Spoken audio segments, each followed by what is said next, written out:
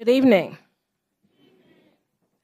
The November 12 regular meeting of the Montgomery County Board of Education will come to order.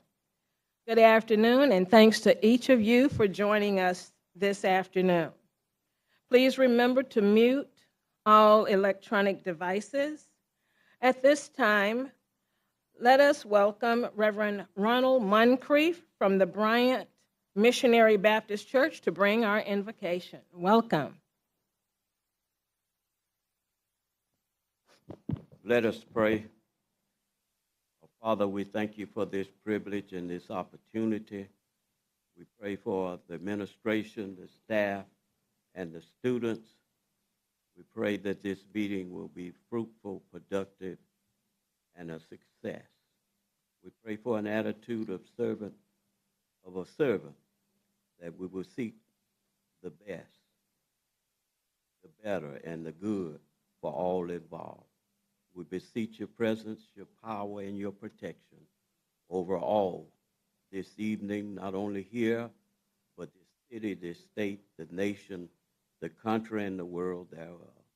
It's in the marvelous, matchless, and mighty name of Jesus we pray. Amen. Amen. Thank you very much, Pastor Moncrief. At this time, please join us in the Pledge of Allegiance.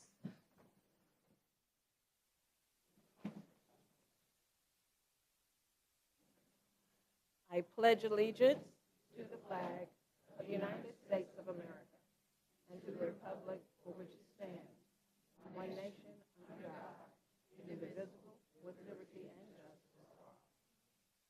Thank you.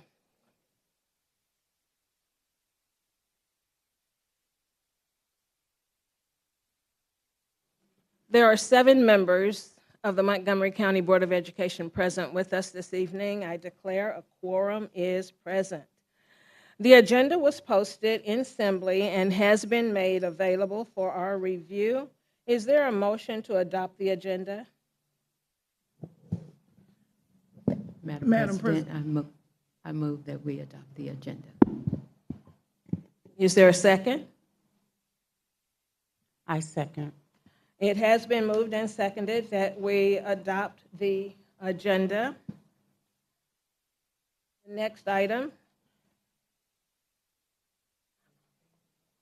Oh, I'm sorry.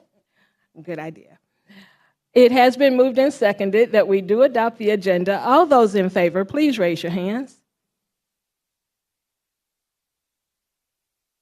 Is there a discussion? Absolutely. Madam President, I would like to bring before the board to move item 13 to the work session. Item 13 on your regular agenda, or item on your work session.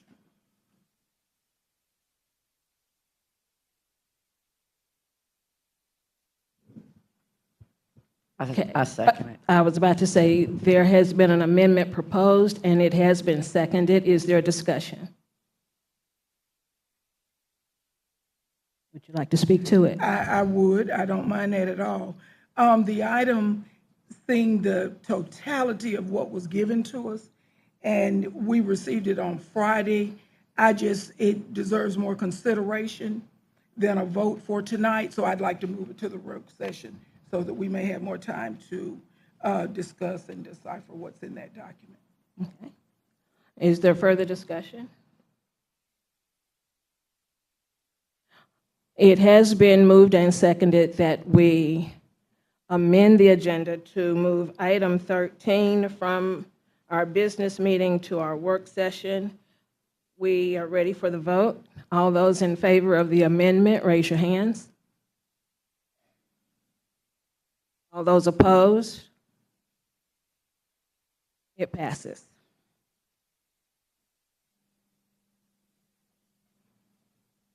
Thank you.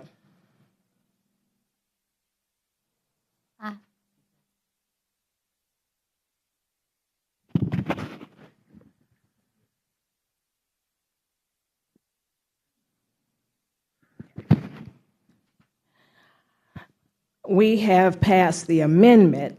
Now back to the main motion as amended. All those in favor, please raise your hands. Aye. Okay, a favor of what? The agenda as amended. I have some discussion too that I'd like to say. So we Is that to amend the regular board agenda. a secondary amendment? Yes. Before we vote, I would like to have an amendment. I'd like to go into executive session for the Okay, certified personnel report, please. so you would like to amend the motion again, a secondary amendment? Yes. So if you don't mind, can you state that full I would like to motion? amend the agenda to have, during the time of voting for the certified personnel report, to go into executive session for good name and character. Okay, that will come second it. up. Yes, that will come up when we get ready to I discuss. just didn't want to miss out. Okay, Thank you. yeah, let's try and help me keep that, keep us on task when we get there. So back to the main motion. I do apologize, ladies and gentlemen. We have a motion on the floor to amend our agenda. The amendment has been passed. So what we want to do now is vote on the main motion as amended. All those in favor, raise your hands. It passes. Thank you. Good afternoon again, ladies and gentlemen, fellow board members, education family, and community members. As we gather in this final month of my 2-year term as president, I do want to pause and express my deepest gratitude to each of you. Thank you for the opportunity to serve alongside such dedicated and passionate individuals, all committed to advancing the mission of this board and uplifting our educational community. Serving in this role has been both a profound honor and a true privilege. I am immensely grateful for the trust that you placed in me. Throughout the term, we have witnessed some significant progress, including a successful renewal of the county tax and important updates to some of our local policies and our governing documents, all of which have propelled our strategic vision. These efforts represent more than just immediate gains. They do lay a strong foundation for impactful and sustainable growth for years to come. In terms of infrastructure, I am thrilled about the transformative building projects that are unfolding across our district. I am equally excited about the long-awaited, soon, I hope, arrival of our electric school buses. These initiatives symbolize our commitment to innovation, health, wellness, and sustainability. They will enhance the quality of our facilities and provide safer, environmentally friendly learning and transportation options for our students. At the core of every decision, our primary focus has been and must always remain our students.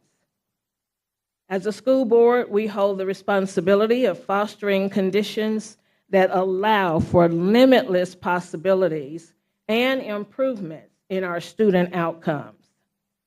Guided by this principle, our work together has centered on creating opportunities that directly benefit students and prepare them for their futures.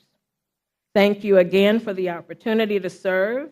Let us continue forward, working hand in hand with a shared commitment to placing students at the heart of every decision that we make, building a future that is worthy of their potential.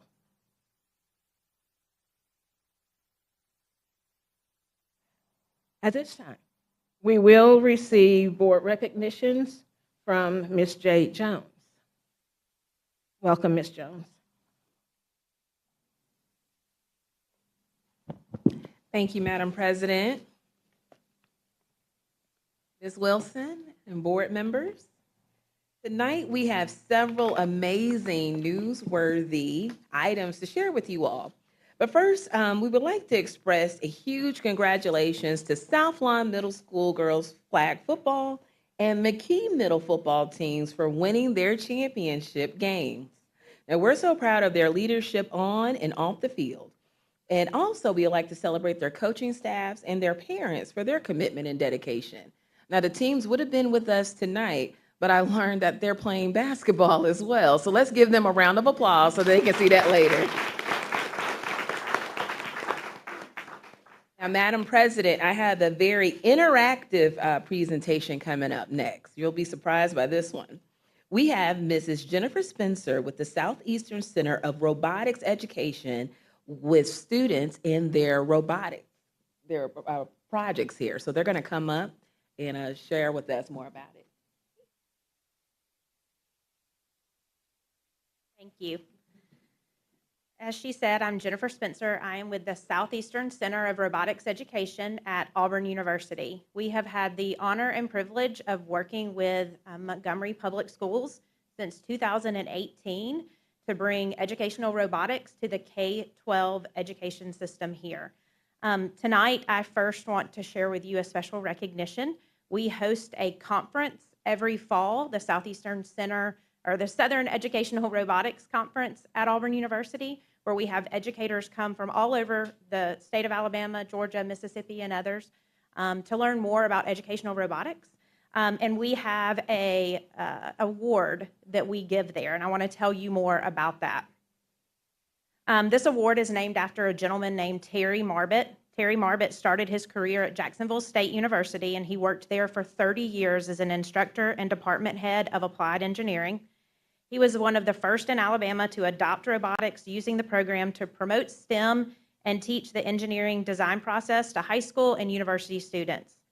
Terry, through JSU, launched VEX Robotics in Alabama and volunteered at many events across the state, the Southeast, and at VEX Worlds. After retiring from JSU, he worked for the Robotics Education and Competition Foundation as the regional support manager for Georgia and South Carolina and was the manager of the teacher training program. He worked closely with us at SCORE for many years, helping with teacher trainings. He was instrumental in helping us get started with VEX Robotics, and he believed in introducing robotics to as many people as possible and growing the robotics community. Unfortunately, in 2020, Terry lost a hard-fought battle with cancer. And though we miss him dearly, his presence is still here in our growing robotics community. Every year at our conference, we honor Terry for all that he did and the impact he still has on our robotics education by awarding the Terry Marbett Excellence in Robotics Teaching Award. I am here tonight to present that award to Mr. Steve Ballard at Brewtech.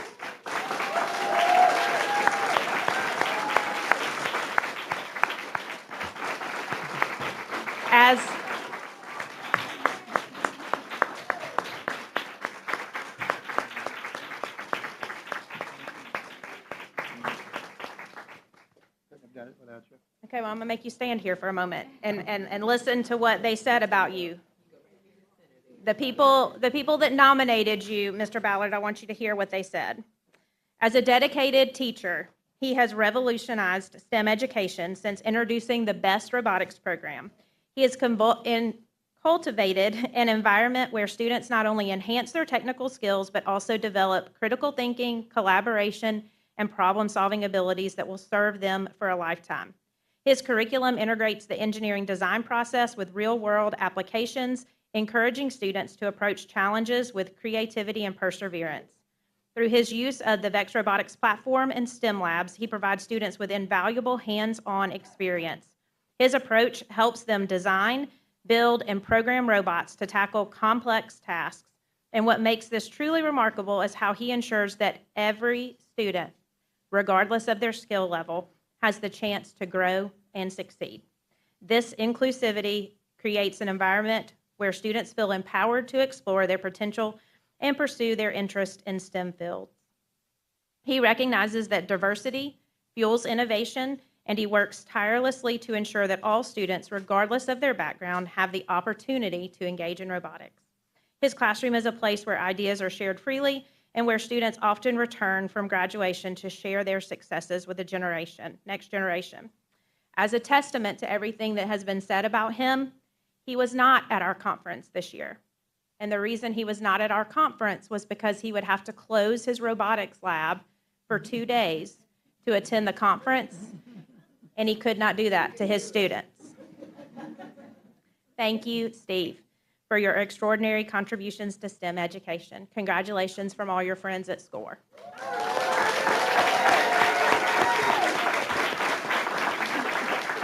I do, yep.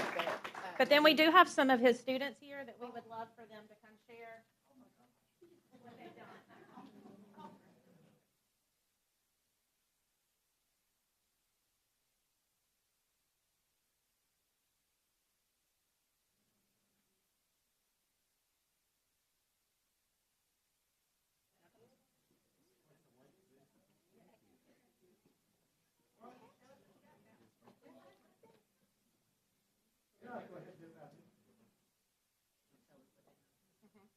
So these are my guys. We do have 2 freshman girls team. I'm looking forward to see what they can do this year.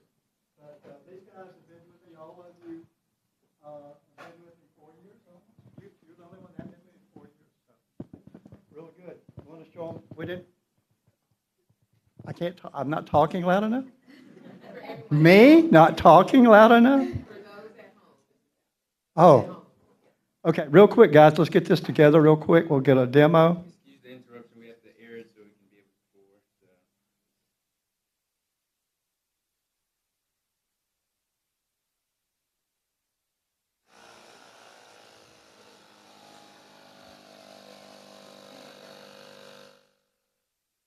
So. So to give you a little background about this, we play on a 12 by 12 surface with 4 robots competing.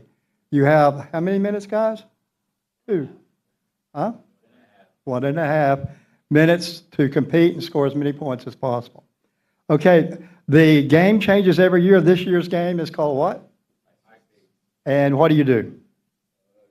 Grab a goal and take the ring. Okay.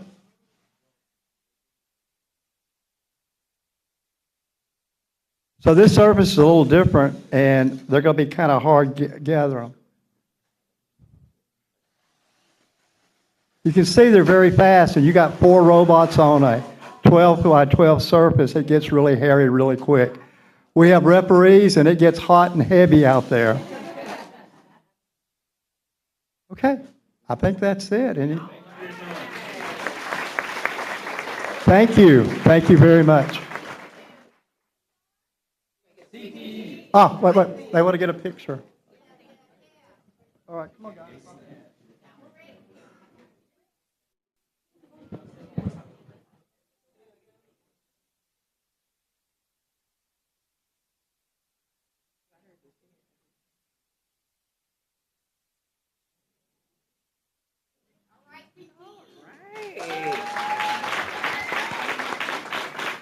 Awesome, guys. That is so cool. That was amazing. Well, Dr. Coleman, the fun doesn't stop here. We also have, if we have Mr. Edgar Hubert. Is Mr. Edgar Hubert here tonight? Hubbard, excuse me, Mr. Edgar. All right, Dr. Coleman. This is Edgar, and he is a senior at Brewtech Magnet High School. And recently, he achieved a fantastic milestone by placing 10th in the National FBLA Leadership Conference and Networking Infrastructure. Now, Edgar's going to tell us a little bit about that, right, Edgar? Go ahead and tell us what that means. Welcome and congratulations. Thank you. I'm not gonna lie, I wasn't expected to talk about this, so just bear with me for a second. But what do you want me to say? Just tell us a little bit about the award. What did you do to get there? Oh, so basically what happens is we start FBLA in September, and we basically have from September to April to get ready for our state leadership conference.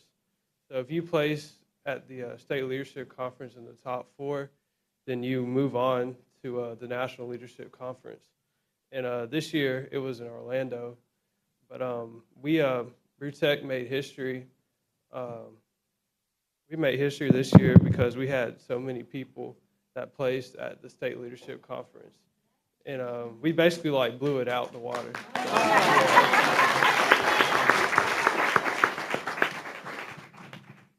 But yeah, it's basically like low-key when I took the test, it was okay. Cause like when you come out of a test, most of the times you don't feel like you like did that good. So when they said, "Oh, you placed," I'm like, "Wait, what's going on?" It took me by surprise. But I just want to thank my family and the faculty at Brewtech and all my friends for supporting me.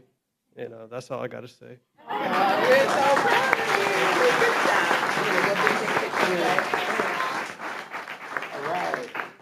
Jade, could you Yes. give us his name again, please? I didn't hear his last. Yep, it is Edgar, and is it Hubbard? Mr. Edgar Hubbard, and he's a senior at Brewtech. Thank you. Yes, ma'am.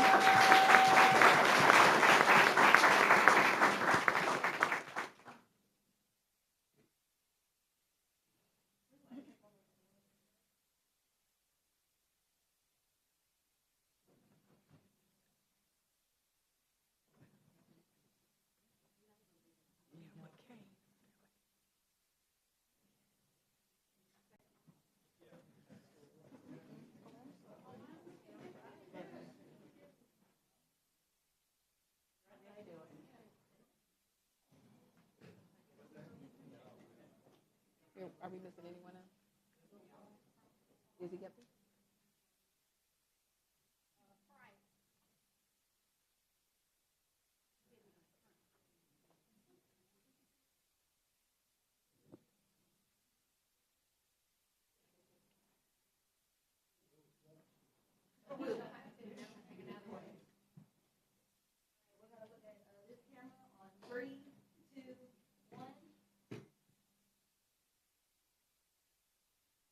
All right.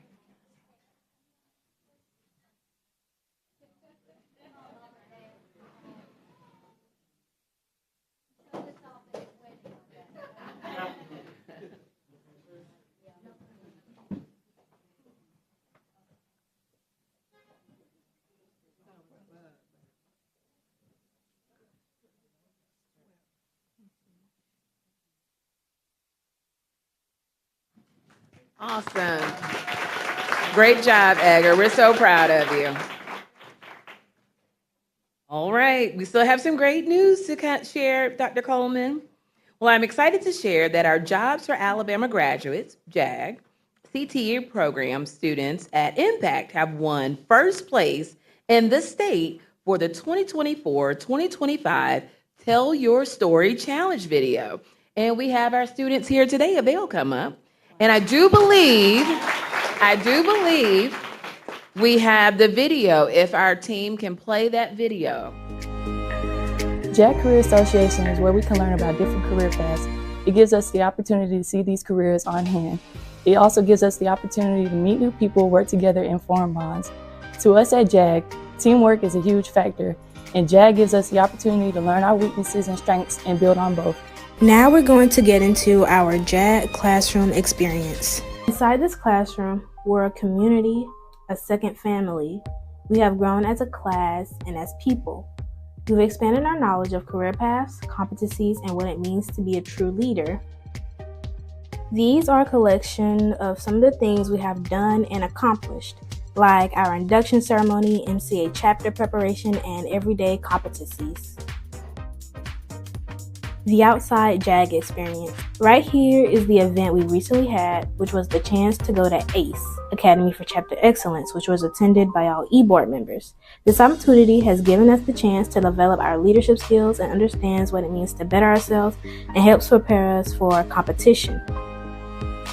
Now we're going to talk about our competitions. We competed in 6 out of 7 of these. The main ones were the business plan, knowledge bowl, and creative decision making. For regionals, we placed 4th, 3rd, and 2nd respectively. We then went on to state where we competed in the Love Project, which placed 2nd and Knowledge Bowl 3rd. Due to our high placement in state, we got the opportunity to travel to St. Louis and compete in the national tournament. And to our expectations, the Love Project placed 5th out of the whole country. Finally, our personal experiences told through interviews. Jack helped me meet many different people and make many friends just like me that don't have a clear understanding of what they want to do in the future. Not only that, they helped me discover new skills that I didn't know I have to build on and help me use them in the workforce. Jack has impacted my life in many ways, such as giving me a purpose in life and also making sure I am prepared for the future and to never give up on my teammates, neither myself. Jack helped me for competition in a variety of ways via team communication skills, conflict resolution, and communication skills. Overall, I gained a better understanding on how to perform in Jack competitions. It has helped me become a leader because all the speaking opportunities I have gotten to speak in front of crowds, it has taught me to speak up more when I'm in situations. In conclusion, JAG Career Association has changed us all as leaders. If I had to tell someone why they should join JAG, it would be that because if you don't have a plan or know what you want to do, JAG open up plenty of opportunities for you, jobs and careers. All right. Now, our phenomenal CTE director, Dr. Sibley, shares the Tell Your Story Challenge provided a platform for these students, many of whom face significant barriers, to reclaim their narratives and redefine how they are perceived by the world, which we all witness. Students, we are so proud of you all. Board members, if we can get you to just take a quick picture, I know it's up and down, but this is just too wonderful, and they did a great job. We're so proud of them. Dr. Sibley, if you're going. And while everyone is coming together, I do want to mention, under the guidance of Angel D. Foster, their JAG specialist. Is she here tonight? All right, Miss Foster, if you'll join.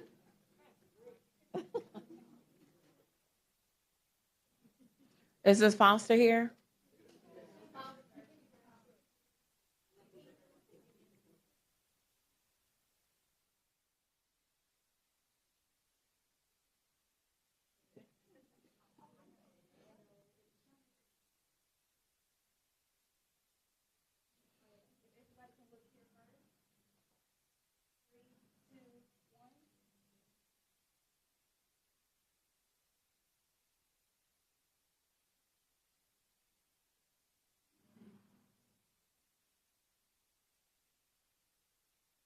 All right, we're so proud of you all. Congratulations.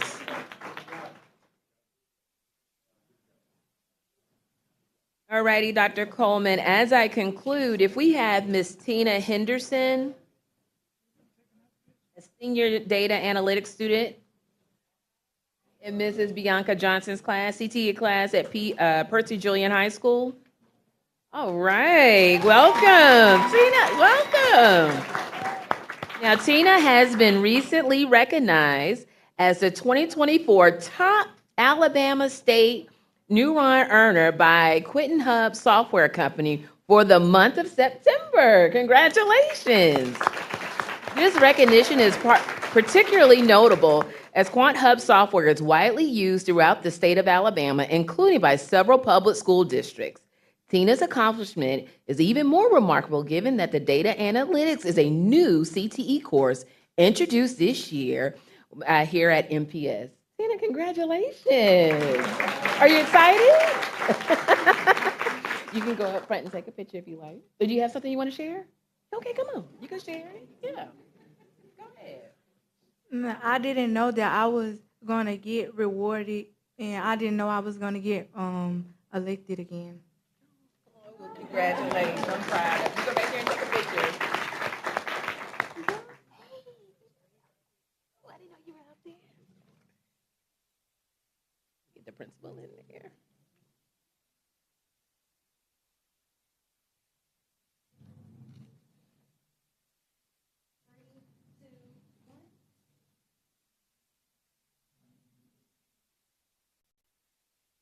Congratulations again, Tina. We're so proud of you. Dr. Coleman, that concludes recognitions tonight, but I hope that, yes, ma'am.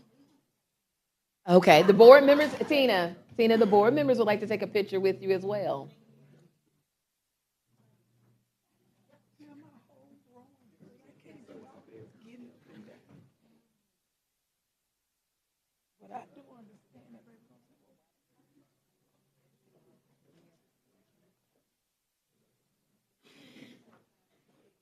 Be careful.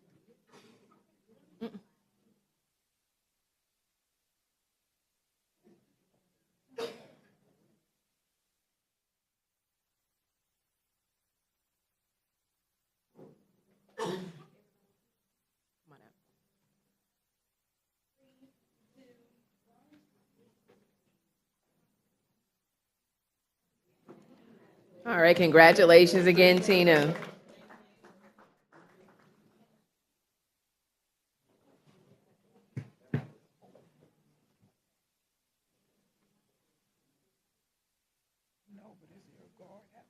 Yeah. Somebody after you. Come on. Come on. You got somebody after you. Quick, come on. Madam President, because we believe in celebrating students, we have 2 students that would like to make comments, if that's okay. Absolutely. All right. How are y'all doing? So, my experience with JAG has been great so far. Although my e-board role did get taken away from me, it's still been good. We also had like a lot of fun during competitions and all, getting to work together, getting to see new things and experience new opportunities for ourselves. Like for our last competition last year, we went to St. Louis and to compete nationally. We came, what'd you come? They came 5th place in Love Project. What else? We unfortunately didn't place in state, but we didn't place in nationally, but we placed, what we placed? State. we placed in the state. Overall, it was just fun to get to do new things. And I also just wanted to say thank you to everybody who supported us, and thank you to my advisor and my team for helping us place. Very good. All right. Thank you, Madam President. That concludes recognitions for the evening. Well, we definitely thank you, Ms. Jones. And I heard someone say history-making students. We have history-making students in Montgomery Public Schools. We are so, so very proud of you. I heard history-making when it comes to testing, receiving awards, robotics, telling our own stories, getting into data analytics, and I heard one other. Oh, and I wanted to say careers overall. We are a history-making district. We encourage you, young people, to continue moving forward, and I am so very impressed with your appearance and your poise. Thank you for being here. Thank you for being representative of the brand that we hope to put forth in Montgomery Public Schools. Thank you, teachers, students, and parents.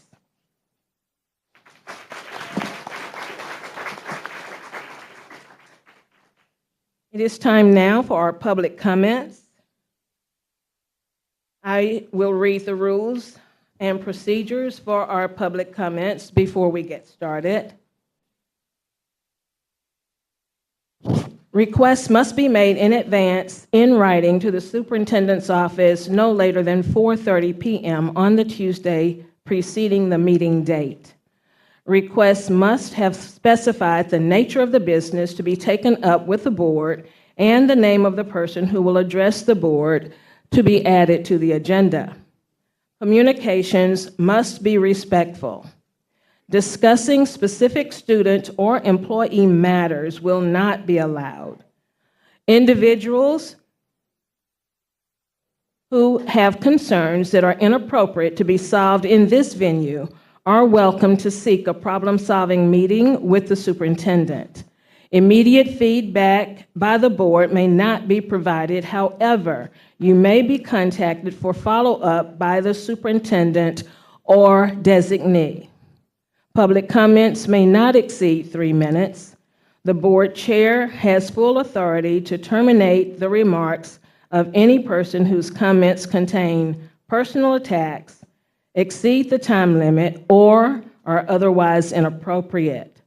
A speaker may be considered disruptive who continues to speak when the allotted time has ended, when asked to stop speaking by the board chair, or is otherwise inappropriate. If a person fails to comply when asked to terminate comments, he or she will be escorted to their seat, out of the auditorium, or off the MPS property, depending on the level of disruption. The first scheduled speaker is Mr. Orunde Mitchell, Teachers' Pay Raises and Clocking In and Out for Salaried Employees. Welcome, Mr. Mitchell. Good evening, Superintendent. Good evening. President, board members, I have an amendment. We will not talk about the clock in and out. Superintendent called me, we had the conversation, so we have made that correction, so I will not talk about that, but I will talk about, just honestly, the boots on the ground. In the city of Montgomery, we made sure that the cost of living, we did a 5% for overall for our city employees. We did a 15% for our police officers because we want to make sure that we looked at retention, we looked at promotion, and we looked at recruiting. So only thing I'm asking that we consider doing a one-time bonus. I'm not talking about a 1%, 2%. I'm just asking for consideration of your one-time bonus for those individuals that did not get a raise on the last meeting that you guys approved. And that's just a one-time thing. We can look at the revenue. I know a little bit about the budget. I know about the fallout. So if we can find, and I hate that I didn't come before the budget was approved, but the only thing that I ask that we let those teachers and individuals know that the morale is up here in the city of Montgomery for us, Montgomery Public School System. And I tell everybody, let me glorify you guys on the job that you're doing, because so many people can call plays from the sideline, they can call plays from behind the TV, but when you actually have to call the play as a coach, it's very difficult. So I want to glorify you guys on the job that you're doing, and the only thing I ask for consideration on a one-time bonus for those individuals that did not get one. That's my time. Thank you. Thank you, Mr. Mitchell. Yes. The next speaker is Mrs. Phaedra Carson Foster, Building a Supportive School Community, Addressing Retaliation Concerns to Foster Trust and Collaboration. Welcome, Mrs. Foster.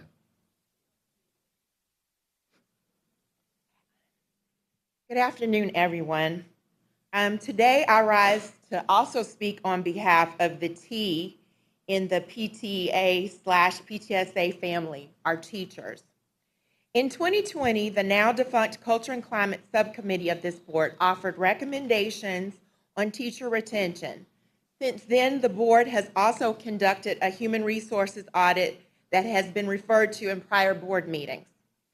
Today, I am asking the board to revisit these reports and recommendations because some issues regarding professionalism in the work environment are being raised in our district. These issues cannot be ignored given the fact that Alabama is currently ranks as one of the top 10 states experiencing a teacher shortage. We see the impact of that shortage every day in a lot of different ways. We all know that teacher well-being and teacher retention are essential to improving student outcomes. The world of education today isn't what it was a generation ago. We're no longer in an age where teachers are expected to simply put up with subpar environments.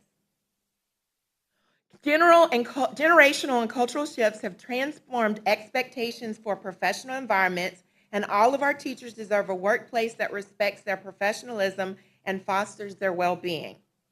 For a professional culture to thrive, it's essential that our teacher supervisors have the skills and training to maintain a positive, supportive environment. And with this foundation, supervisors can set the tone for a respectful, collaborative culture, and provide critical support to their teams. A professional environment also requires that teachers feel safe to speak up. When teachers voice their concerns, they should be met with professional responses, not retaliation. Retaliation has historically been woven into the social fabric of many communities, including ours. Just look at some of our cities' monuments for evidence of how deep this habit goes. But it's time to break away from this residue. To move forward constructively, I'd like to suggest 3 actionable steps that could help us foster a supportive and professional culture for our teachers. 1, establish a transparent grievance process, and I have details for that. 2, provide HR training for teacher supervisors. HR training for teacher supervisors is essential for creating a professional, respectful work environment. This training should cover conflict resolution, effective communication, and handling grievances without bias.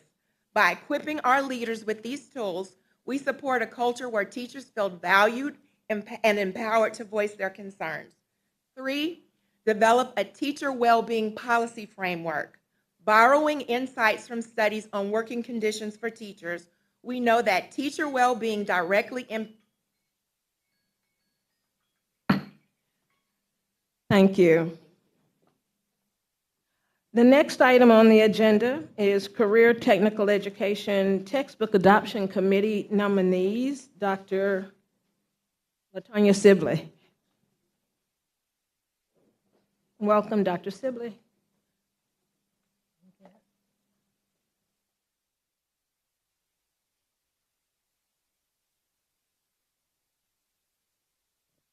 Good evening, Madam President, Dr. Coleman, esteemed board members, Interim Superintendent Wilson, educators, community members, and my favorite guests, our students.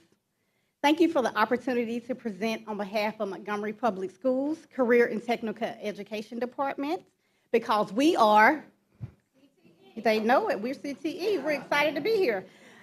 Tonight, I'm requesting your approval for the formation of a local textbook adoption committee to review and recommend textbooks for 3 vital CTE programs: arts, AV, technology and communication, health science, and human services. This process is in alignment with the Code of Alabama, Title 16, Chapter 36, Article 3. And we're honored to begin this work with the shared goal of providing our students with the best resources available.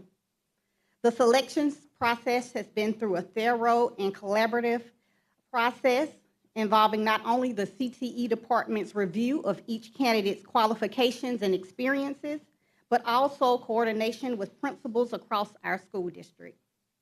We reached out to CTE department chairs and teachers to identify parent representatives for each cluster to bring essential family perspectives to this process. The committee's work will be grounded in a detailed rubric mirroring the Alabama State Department of Education guidelines. Our review will focus on key areas, including alignment with Alabama standards, readability, support resources, assessments, user-friendliness, digital resources, quality of graphics, and professional learning opportunities for our educators. We believe this committee's work will play a vital role in our students' success by providing high-quality materials that support engaging, hands-on experiences across CTE programs. Upon your approval of these committee members, we will reach out to each nominee with an invitation to serve on the committee. From there, we'll begin ordering sample textbooks and materials from vendors on the state-approved list. Thank you for your consideration and support. With your board approval, we look forward to taking another step in preparing our students through career and technical education to meet Montgomery's workforce demands and excel in their chosen careers. Thank you. Thank you very much, Dr. Sibley. Are there questions of Dr. Sibley? Yes, I have a question. Yes, Dr. ma'am. Sibley. Yes, ma'am. I see your list of teachers, and you did mention parents. Yes, ma'am. Are the parents aren't on this list? Do you have a list of the parents you contacted? Where am I missing it? parent, oh, There's one at the end of each one. okay, that's the new Yes, one from ma'am. before. Okay. What about students? You got students on there? No, ma'am, I do not have students on Well, there. high school students can, this is what they're doing, so that they're the ones in the classroom, so try to invite them, then they'll learn the process. I will absolutely I would do that. appreciate if you do that. And where would guest services fall under this? Yes, services.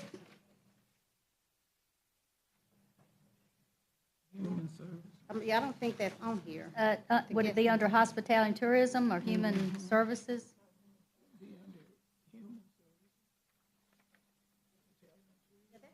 Listed, it's not one of the areas. Is that what you're asking me? Would it be hospitality for guest services? Yes, ma'am. It's on the back page. It's Carver, hospitality and Okay. tourism, restaurant, food. So that would be the part on guest services. All Yes, right. ma'am. And when will you see this textbook committee complete? their Completed by? Decision.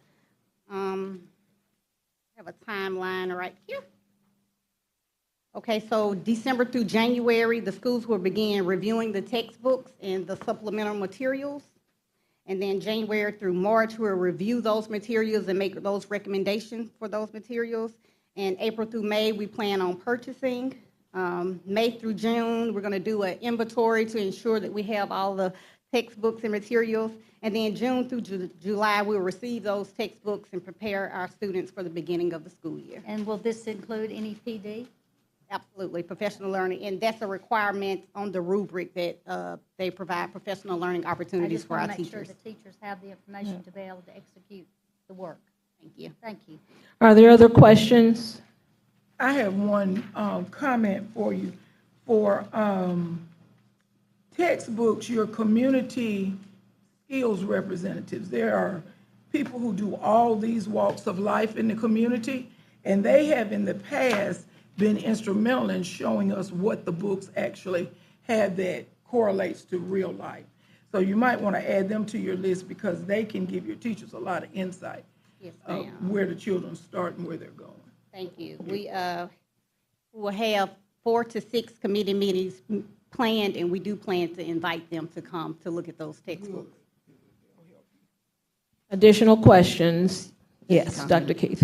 Dr. Sibley, your energy is awesome. I've just been watching you with the students as they've gotten up front, and you can tell they know you and that you know them and that you're engaged with them. And I just noticed that and thought it was pretty interesting. and Thank nice. you. I appreciate that. Thank you, Board. I appreciate you all. Thank you very much, Dr. Sibley. The next couple of items on our agenda will come from operations. We welcome Mr. Chad Anderson to present information first regarding turf and track replacement bids. Yes, ma'am. Good evening, Ms. Wilson, Dr. Coleman, Ms. Brown, and members of the board. The first item for discussion is the park crossing turf and track replacement. I've provided the low bid proposals from each one of those. We had 3 very competitive bids, and those are before you tonight for consider approval. Are there questions regarding the turf and track replacement bids? Hearing no questions, Mr. Anderson, we will move to the change order. Yes, ma'am. We had a change order for the large roof of Brubaker Primary and Intermediate. These were items that had a proposal for line items on items that are unforeseen. So when you're taking a roof off and replacing it, it's hard to know what's underneath, what might need to be replaced or might need to be worked. That is what this is. The roof is super large, so it did reach that 10% threshold that we would need to take it to the board for approval prior to that. So that's what this is coming to you tonight for. Thank you. Are there questions of Mr. Anderson regarding the change order? Thank you, Mr. Anderson. The next 2 items on the agenda come from our finance department. We're going to start with the September 2024 financial statement. Welcome to our interim CSFO, Ms. Pamela Watkins. Good evening, Dr. Coleman, Interim Superintendent Ms. Wilson, board members. You should have before you the financials for the month of September. September represents the last month of our fiscal year, so we'll do a quick wrap-up of that. Your package includes your explanation of the financial data, which is an explanation from me this time. So it's highlights and summaries of the district's financial position as of September 30, 2024. Also included is the snapshot analysis. We'll talk a little bit about that. General fund balance recap, which is a breakdown of our general fund balance as of 9/30/2024. We'll talk a little bit about that as well. Also included are the monthly percentages. Because we're at the end of the fiscal year, our expenditures and our revenues should have been at 100%. We also have included the monthly and annual comparative statement of revenues and expenditures, which provides a comparison of our revenues and our expenditures of the prior fiscal year. We also have a statement of cash flow, which represents our inflows and our outflows by month as well as year to date. And then the visuals of that same information, the pie charts. And then we also have the exhibits, the F exhibits, which reflect the reports that are uploaded to the state, the data that's uploaded to the State Department each month, and those reports are gathered from that. If you will go to the snapshot, go back to our snapshot analysis. In our snapshot analysis, you will see, as I stated, this is the 12th month of the fiscal year. So you will see that our ending fund balance was $92.8 million approximately, a little bit over our budgeted revenues for the fiscal year. We have our comparison of our local revenues compared to last year. And then at the bottom, you'll also see a comparison of our general fund balance compared to last year, which was an increase of about $752,000. We do have our 1 month fund balance about 3.5 times that, maybe close to 4.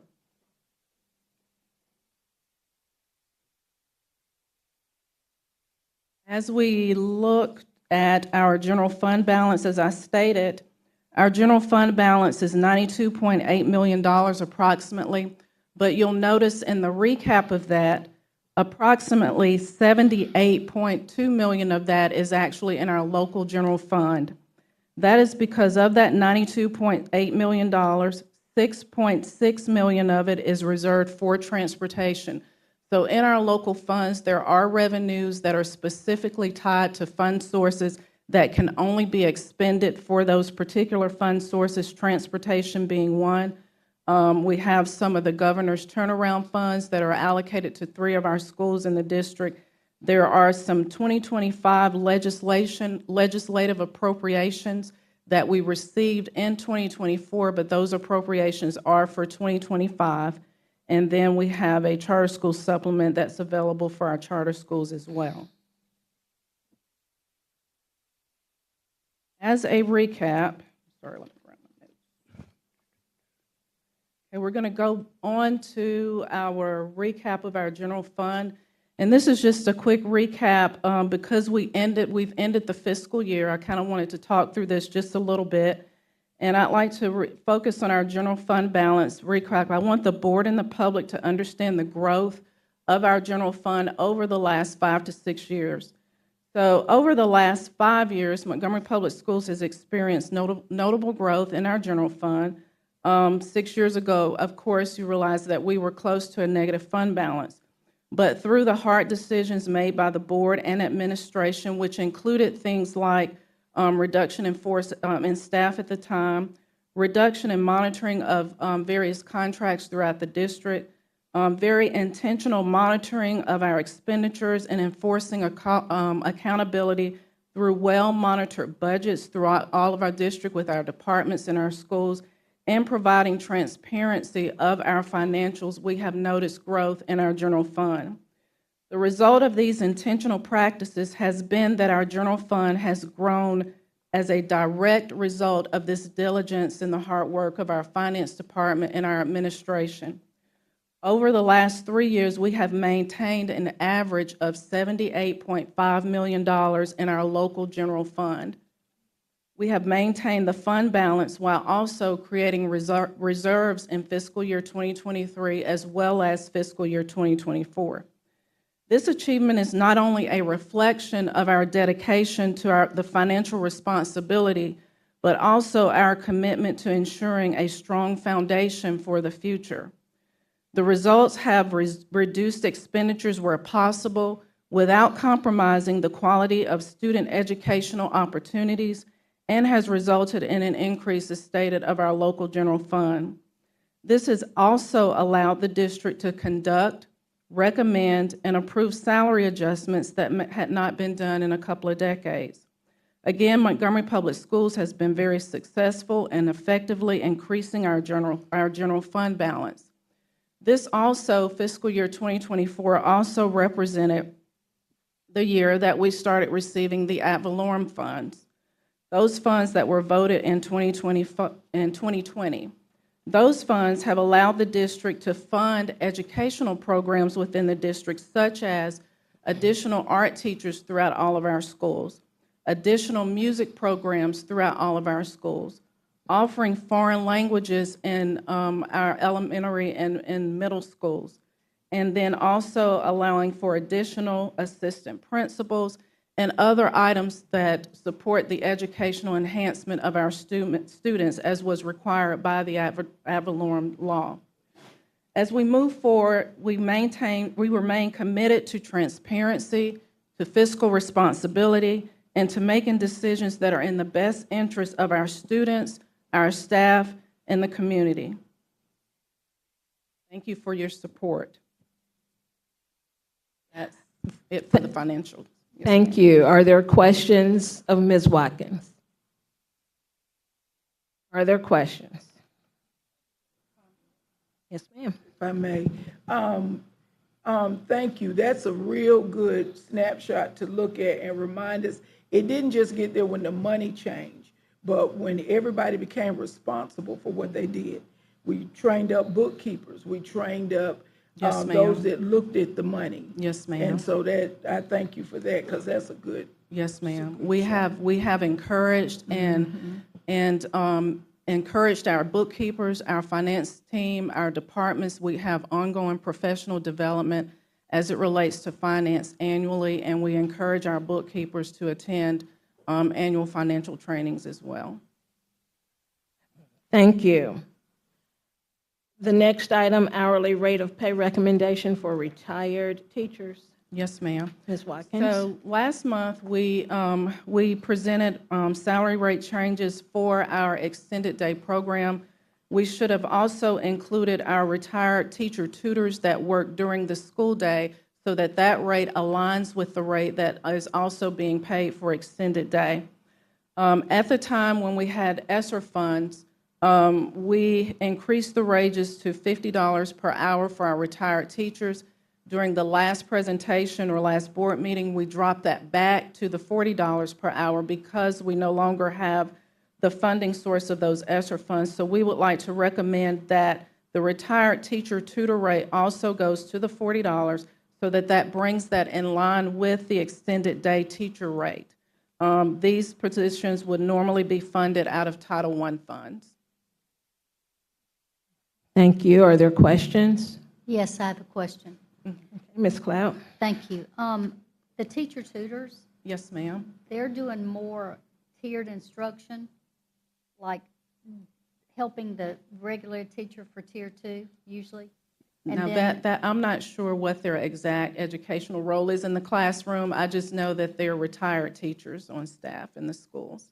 I know what it is because I've been one. Okay, okay. So with that said, the after-school teachers, are they doing the exact same thing for 2.5 hours? And then most teachers, the teacher tutors, or I think they can go for like 29 or 30-something hours.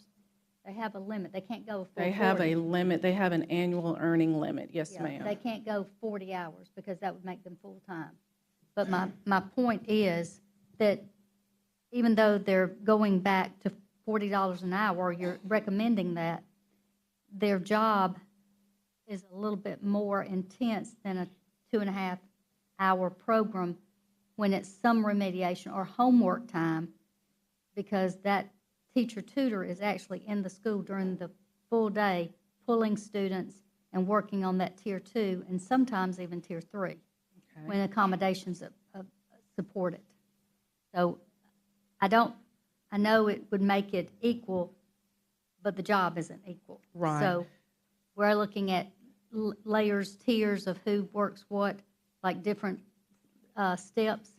So please keep that in mind, because I want to get the best tutors while we can get them in the building, and it's worth their while to come in and do that second tier of instructional support. Yes, So ma'am. that's the only thing that I'm concerned about, because it's not you're not comparing apples and oranges, I guess what I'm saying. Yes, ma'am. Thank you. Are there additional questions? Just to add to your comment, the teacher tutors do small group, and they are working with small groups, tier 2, maybe even tier 3. But also in our extended day program, our teachers after school are working with the same groups of students. So you'll see similar activities, maybe a different group, but they're still working with small groups, tier 2, tier 3. Thank you again, Ms. Watkins. The next item on our agenda will be the compensation of school board members. Section 16-1-26 of the 2023 Code of Alabama outlines the compensation structure for members of city and county school boards. School board members are allowed to receive a maximum compensation of $900 per month, which can be increased by local acts with the majority approval of the board's annual meeting. In addition to this compensation, members are reimbursed for actual travel and other necessary expenses that are related to school board duties. Furthermore, individual members have the option to decline all or part of their approved compensation if they so choose. It is brought before the body tonight that we have the opportunity to vote for the raise to the $900 compensation for members of the Montgomery County Board of Education as allowed by the 2023 Alabama Code. Is there discussion? Okay, hearing none. Oh, I'm sorry. I thought Ms. Portis. Okay. I know this goes along with what we've always had before, and it was, I believe, 700 or something, 600 before. And then it was voted to increase it by, I think, $100 by the board members to additional, or Montgomery decided to add a little bit more. Okay, the maximum in the past was $600. And by local act, it was increased. Thank you. I just wanted to make that clear. Mm-hmm. So it was by about $100. The increase was $100. Or a little bit more. Yeah. Okay. So how, are we going to follow that path again? And that was what, I just read, that by local act, as approved at your annual meeting, you could ask for more, but according to this code, the maximum is $900. So we're going to vote for this code now. That's the recommendation. Okay, thank you. Mm-hmm. Additional questions or discussion? Okay. Thank you. We are now ready for our consent agenda. Ms. Wilson. Yes, Madam President, I'd like to recommend for approval consent agenda items A through F and H through J.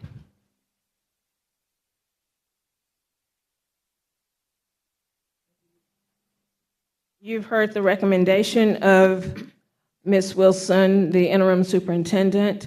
Is there a motion? Madam President, I move that we accept the interim superintendent's recommendation as stated. Is there a second? Second.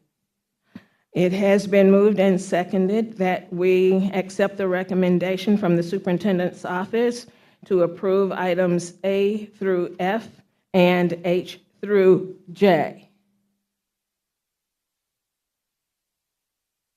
Yes. Is there discussion? Yes, Madam President, we removed an item off of the agenda, so item E would also need to be moved or removed from this consent agenda.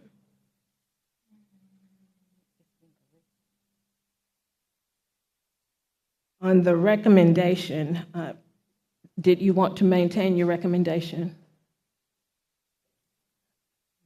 Yes. Okay. Item 13 was removed, but we did not remove unless you'd like to do something further with the motion. Wouldn't it be? The motion on the floor. Well, she'd have to remove, she can't recommend, she not. But I understand that she's not changing it. However, we removed it from 13 as a consideration. So in fact, there is no E. If it was removed, they are joint. The information that was being provided, the body didn't want to hear that information. We shouldn't be voting for it. If we moved it, it shouldn't be on any consent agenda, because what that does is make you vote no the entire consent agenda, because you're not following unless you gave us an amendment. No, to the motion. She made a recommendation. Someone made a motion to accept it. Someone could make a motion to amend. Madam President, I would like to make a motion to amend the recommendation, removing item E from the consent agenda that is attached to item 13 that was removed earlier. Thank you. It has been moved and seconded that we amend the recommendation of the superintendent's office to remove item E. Is there discussion? So what would that give us on the consent agenda? A, B, C, D? F, H, G, I, and J. What about G? You said, It's going to be separate. okay. Oh, it's The superintendent H, I, cannot make J. that recommendation. Yeah, that's right. Okay. Is there further discussion?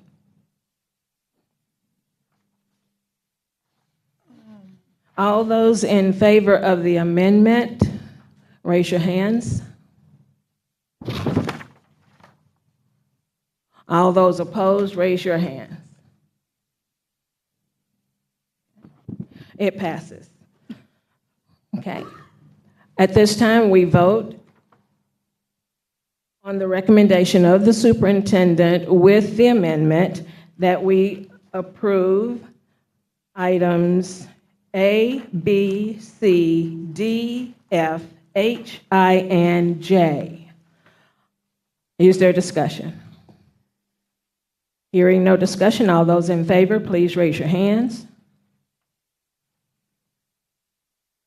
It is unanimous. At this time, I recommend approval of item G, compensation of school board members. Is there a motion? I move that we accept your recommendation. And I second it. It has been moved and seconded that we accept the recommendation of the chair to approve compensation for school board members, Montgomery County Board of Education. Is there discussion? All those in favor, raise your hands. It is unanimous. Thank you.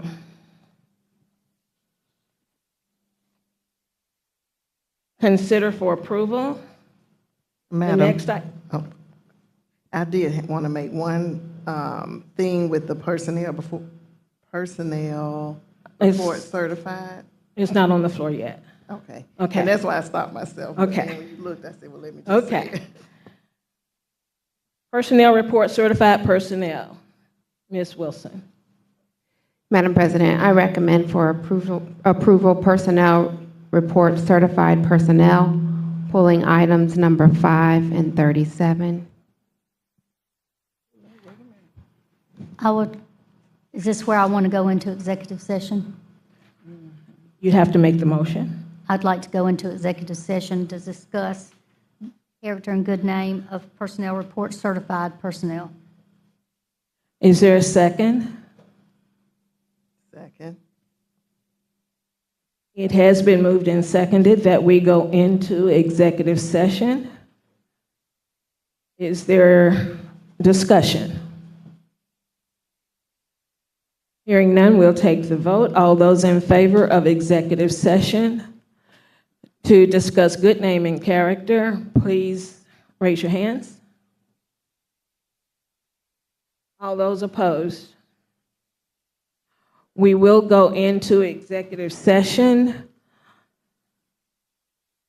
No votes will be taken while in executive session. We should be away from the desk approximately 15 minutes.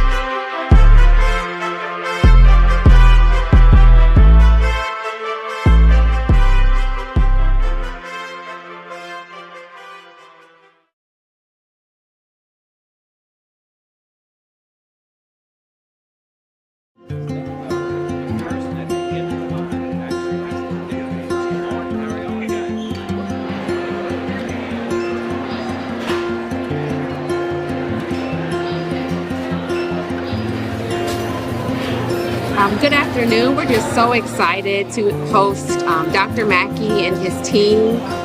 I've had a chance to connect with Mr. Wobbles, who is the Director of Department of Agriculture. And it's just really good for us to be able to partner with Sweet Grown Alabama. Our students thrive off of healthy living habits. And so we want to make sure that we stay engaged with Sweet Grown Alabama to ensure that our students have healthy eating habits. National School Lunch Week started with John F. Kennedy in the 1960s, and it was brought about to bring awareness to everything that the Child Nutrition Program does.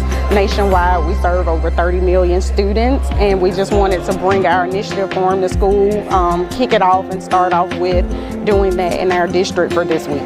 It started with a phone call from the Department of Agriculture. They wanted to increase farm to school activities in our district, and they selected us to do a test run and hopefully do it in the future. And today, you know, we're featuring Alabama grown products throughout Montgomery County at the Montgomery County Schools. So there's over 18,000 pounds of food today that will be served in the cafeterias in Montgomery County that came directly from Alabama farmers. You know, one of the most important things we can do is help make sure our students are healthy. And being healthy means eating healthy. We want students to know where their food comes from. We're fortunate that in Alabama, agriculture is actually our #1 industry. Brings in more money to our state's coffers than anything else. And so students need to understand that this food comes from Alabama. Certainly we have food that's shipped in also, but it's all grown by farmers here in the United States. And with the cafeteria, our students come together and they eat at the table. Parents are so busy now, and to have the students experience family in the cafeteria, but not only experience family, but to have farm to school products. Ooh, the perfect school lunch. Well, you know, you definitely in every meal you gotta have a good staple, so a good meat. So I'ma definitely go with some chicken, some grilled chicken, some seared or sauteed chicken, probably with mashed potatoes, some bell peppers, some fresh fruit, and not milk, but probably juice or water, but milk works too, because you need milk.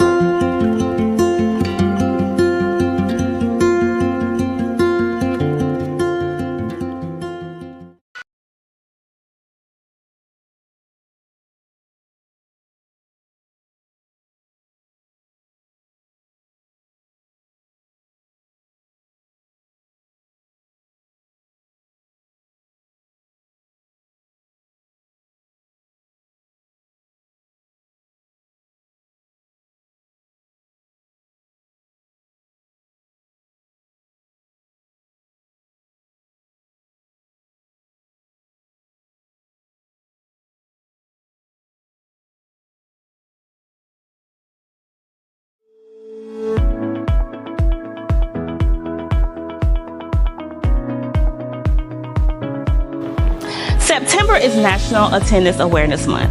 We want to share with you some important facts. The state of Alabama requires all children between the ages of 6 through 17 to attend school. Parents, you are required to submit an excuse each time your child is absent. Be mindful that MPS does not accept excuses via fax or email. Also, parental excuses are limited to 8 days. Finally, if your child has a chronic illness, please submit a chronic illness letter from the physician. For additional information, please contact your child's school. Track your child's academic progress and school attendance by logging into PowerSchool. Please make sure you have current contact information on file and respond to your school messages. If you have any questions or concerns, please refer to your 2024-2025 school handbook. Feel free to call the Office of Student Support Services at 334-223-6850. Attendance matters. Every day counts with MPS.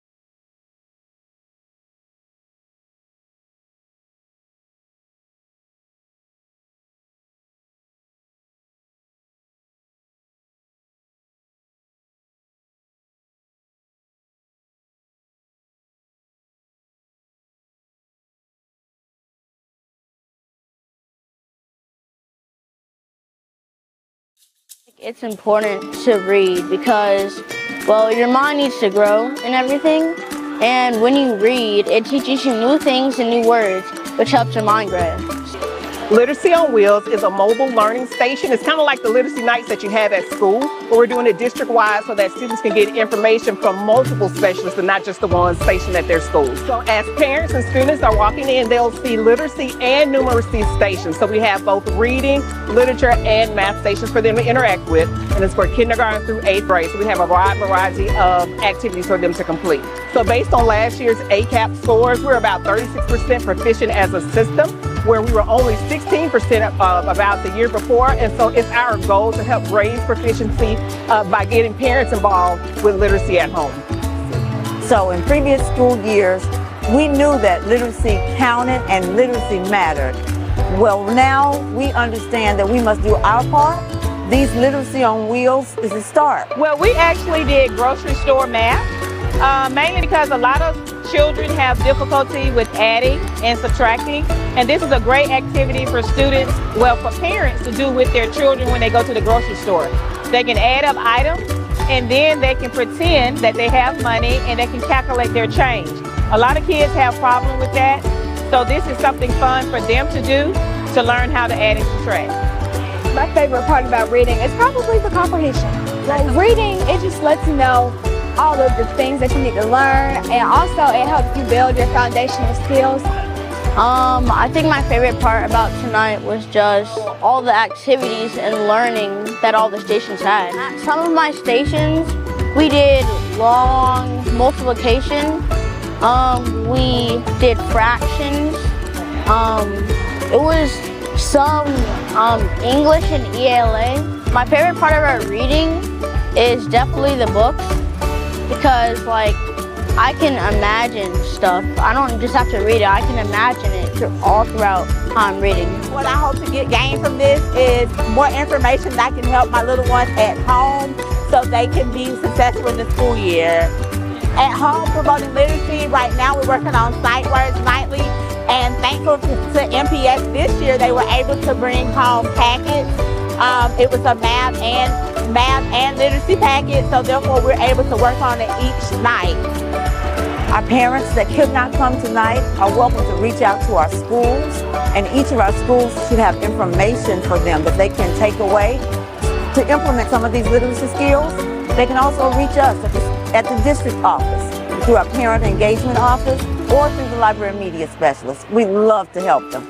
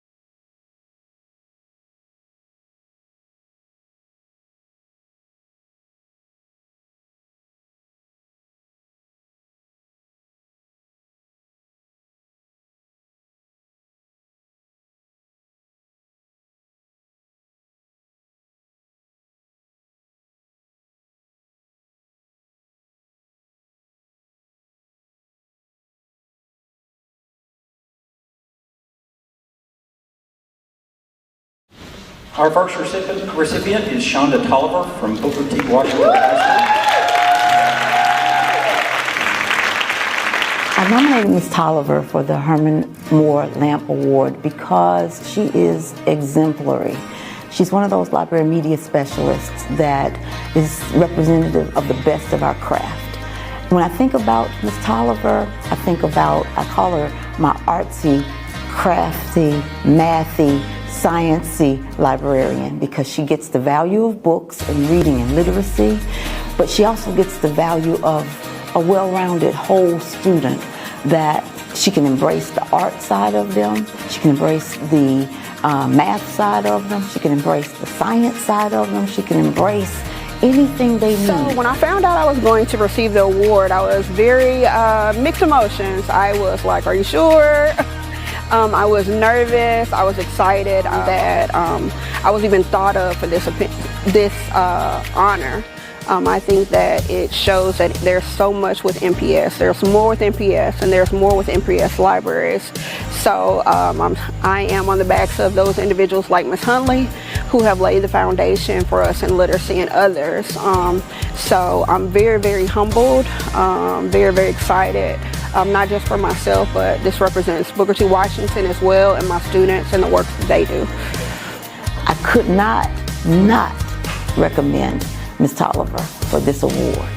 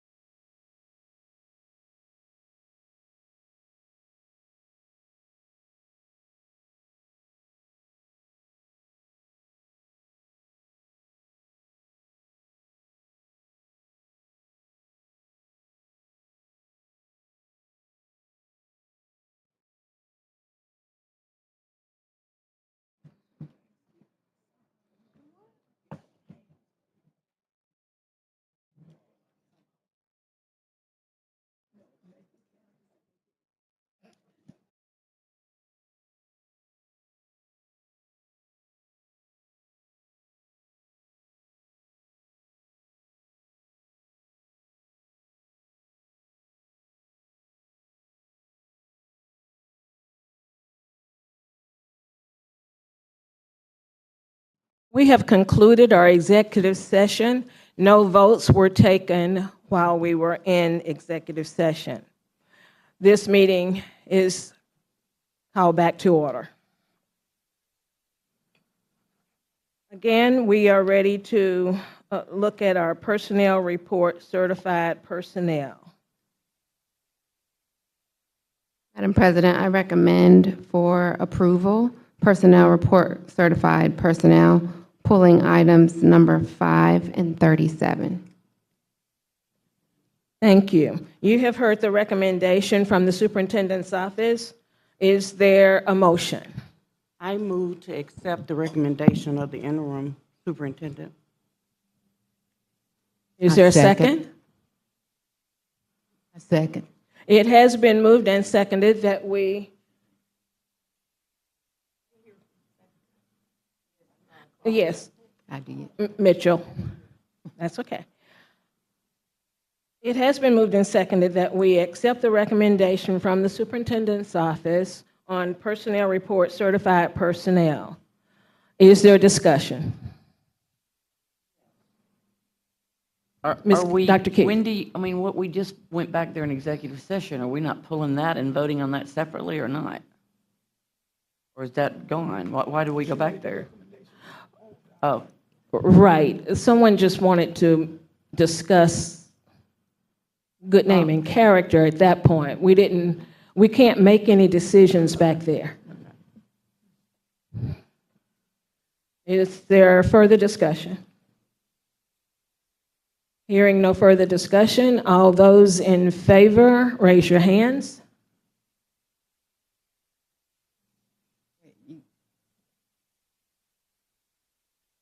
What's that? 1, 2, 3, 4. All those opposed?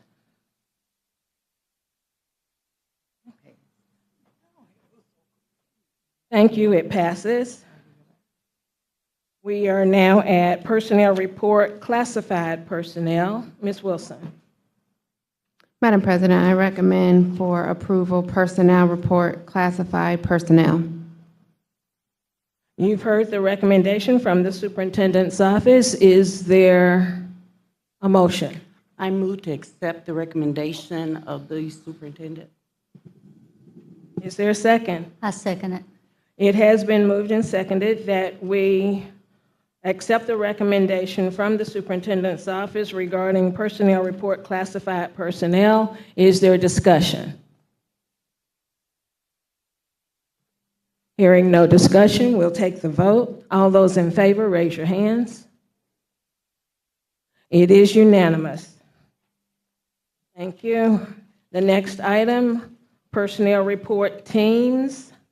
Ms. Wilson. Madam President, I recommend for approval personnel report teams. You've heard the recommendation of the superintendent's office. Is there a motion?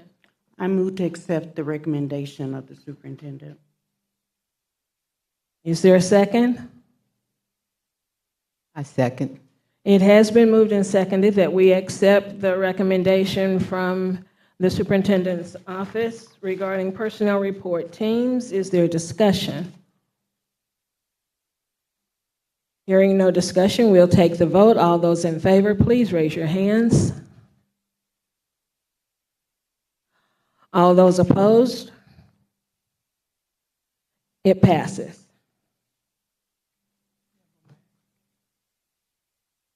There being no further business on this agenda to dispose of, the business portion of our meeting is adjourned. We will re-adjourn momentarily.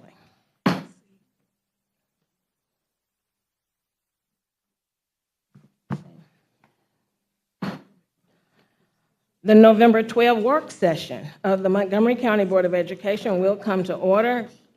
Again, good evening to those who may have just joined us online. Thank you for being present with us.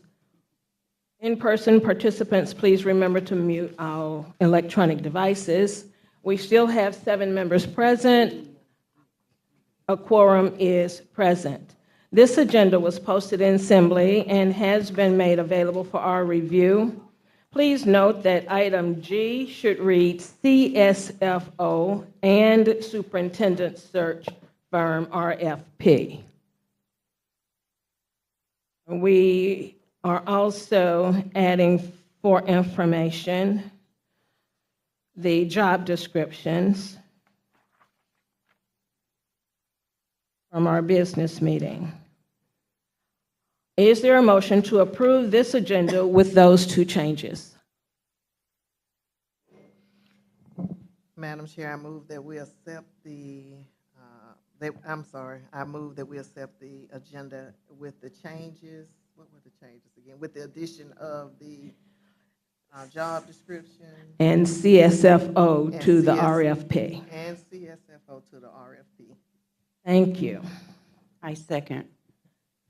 Thank you. It has been moved and seconded that we approve the agenda with the 2 changes, adding the acronym CSFO to the RFP and the job description for information. Is there discussion? Hearing none, all those in favor, please raise your hands. All those opposed? Oh, I'm sorry. It was unanimous. The first item on our agenda is our Volkert Inc. update.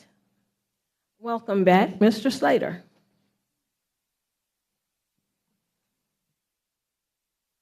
Madam President, members of the board, Ms. Wilson, good evening. This is our monthly update to the capital improvement program.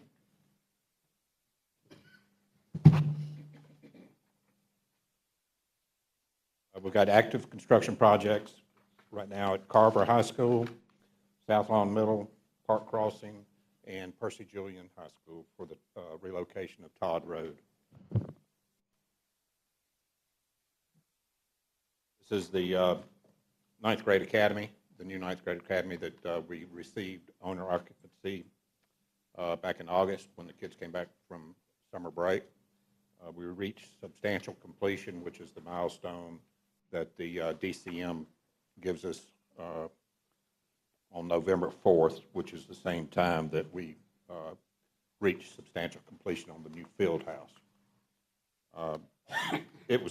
The field house actually is about 3.5 months ahead of schedule.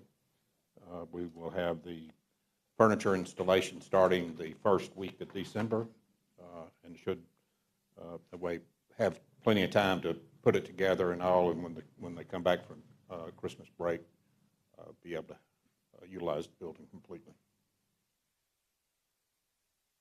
The side view of the field house, the garage doors, looking at roll-up doors there, is where the athletes can come outside and work out outside there. This is the view from the football field. This is inside the weight room itself.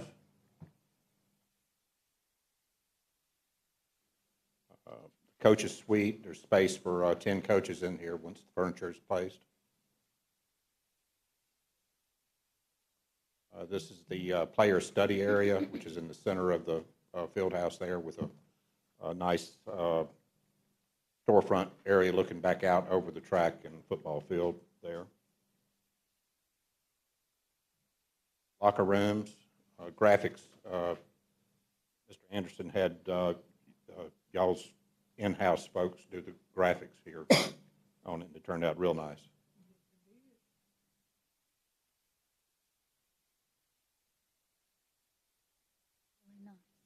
The laundry area and a athletes film room. This is the South Lawn Middle School project rendering here. The floor plan. Here's the building standing from Highway 31 looking at the school here. The contractor is building it and leaving this wall out while he does everything on the inside where he can get his lifts in and out easier.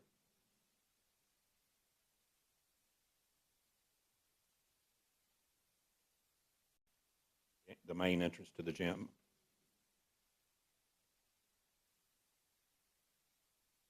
Another view from the secured connector area from the existing school into the gymnasium.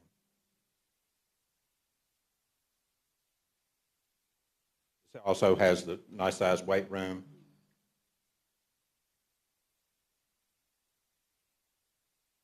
The gymnasium area itself.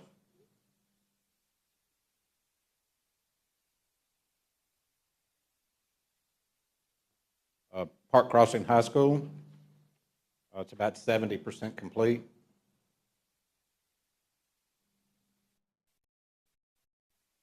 We've got most all of the CMU block up.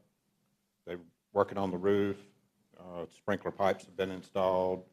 HVAC ductwork is being installed. Electrical is being pulled throughout the building. This is aside from the parking lot here, that you would, they'll be starting to brick here in the next week or so. Brick selection was real close to the existing school, so it should blend in perfectly. Weight room. They'll have the same type of doors here where they can go outside and work out outside if they want to.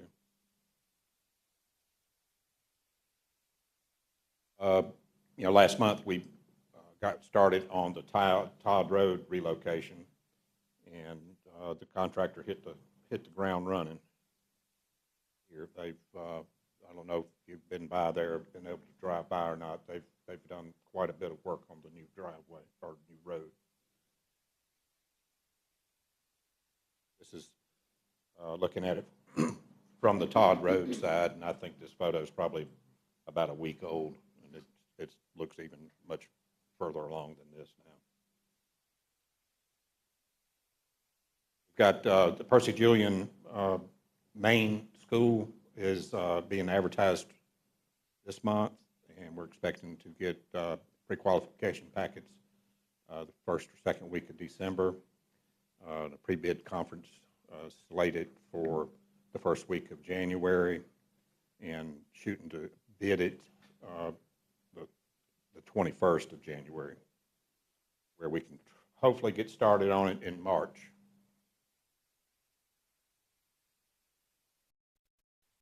Any questions? Thank you. Are there questions of Mr. Slater? Thank you, Mr. Slater. Thank you. The next item on the agenda is the McGraw Hill contract. Welcome, Dr. Ronnie Dowdy.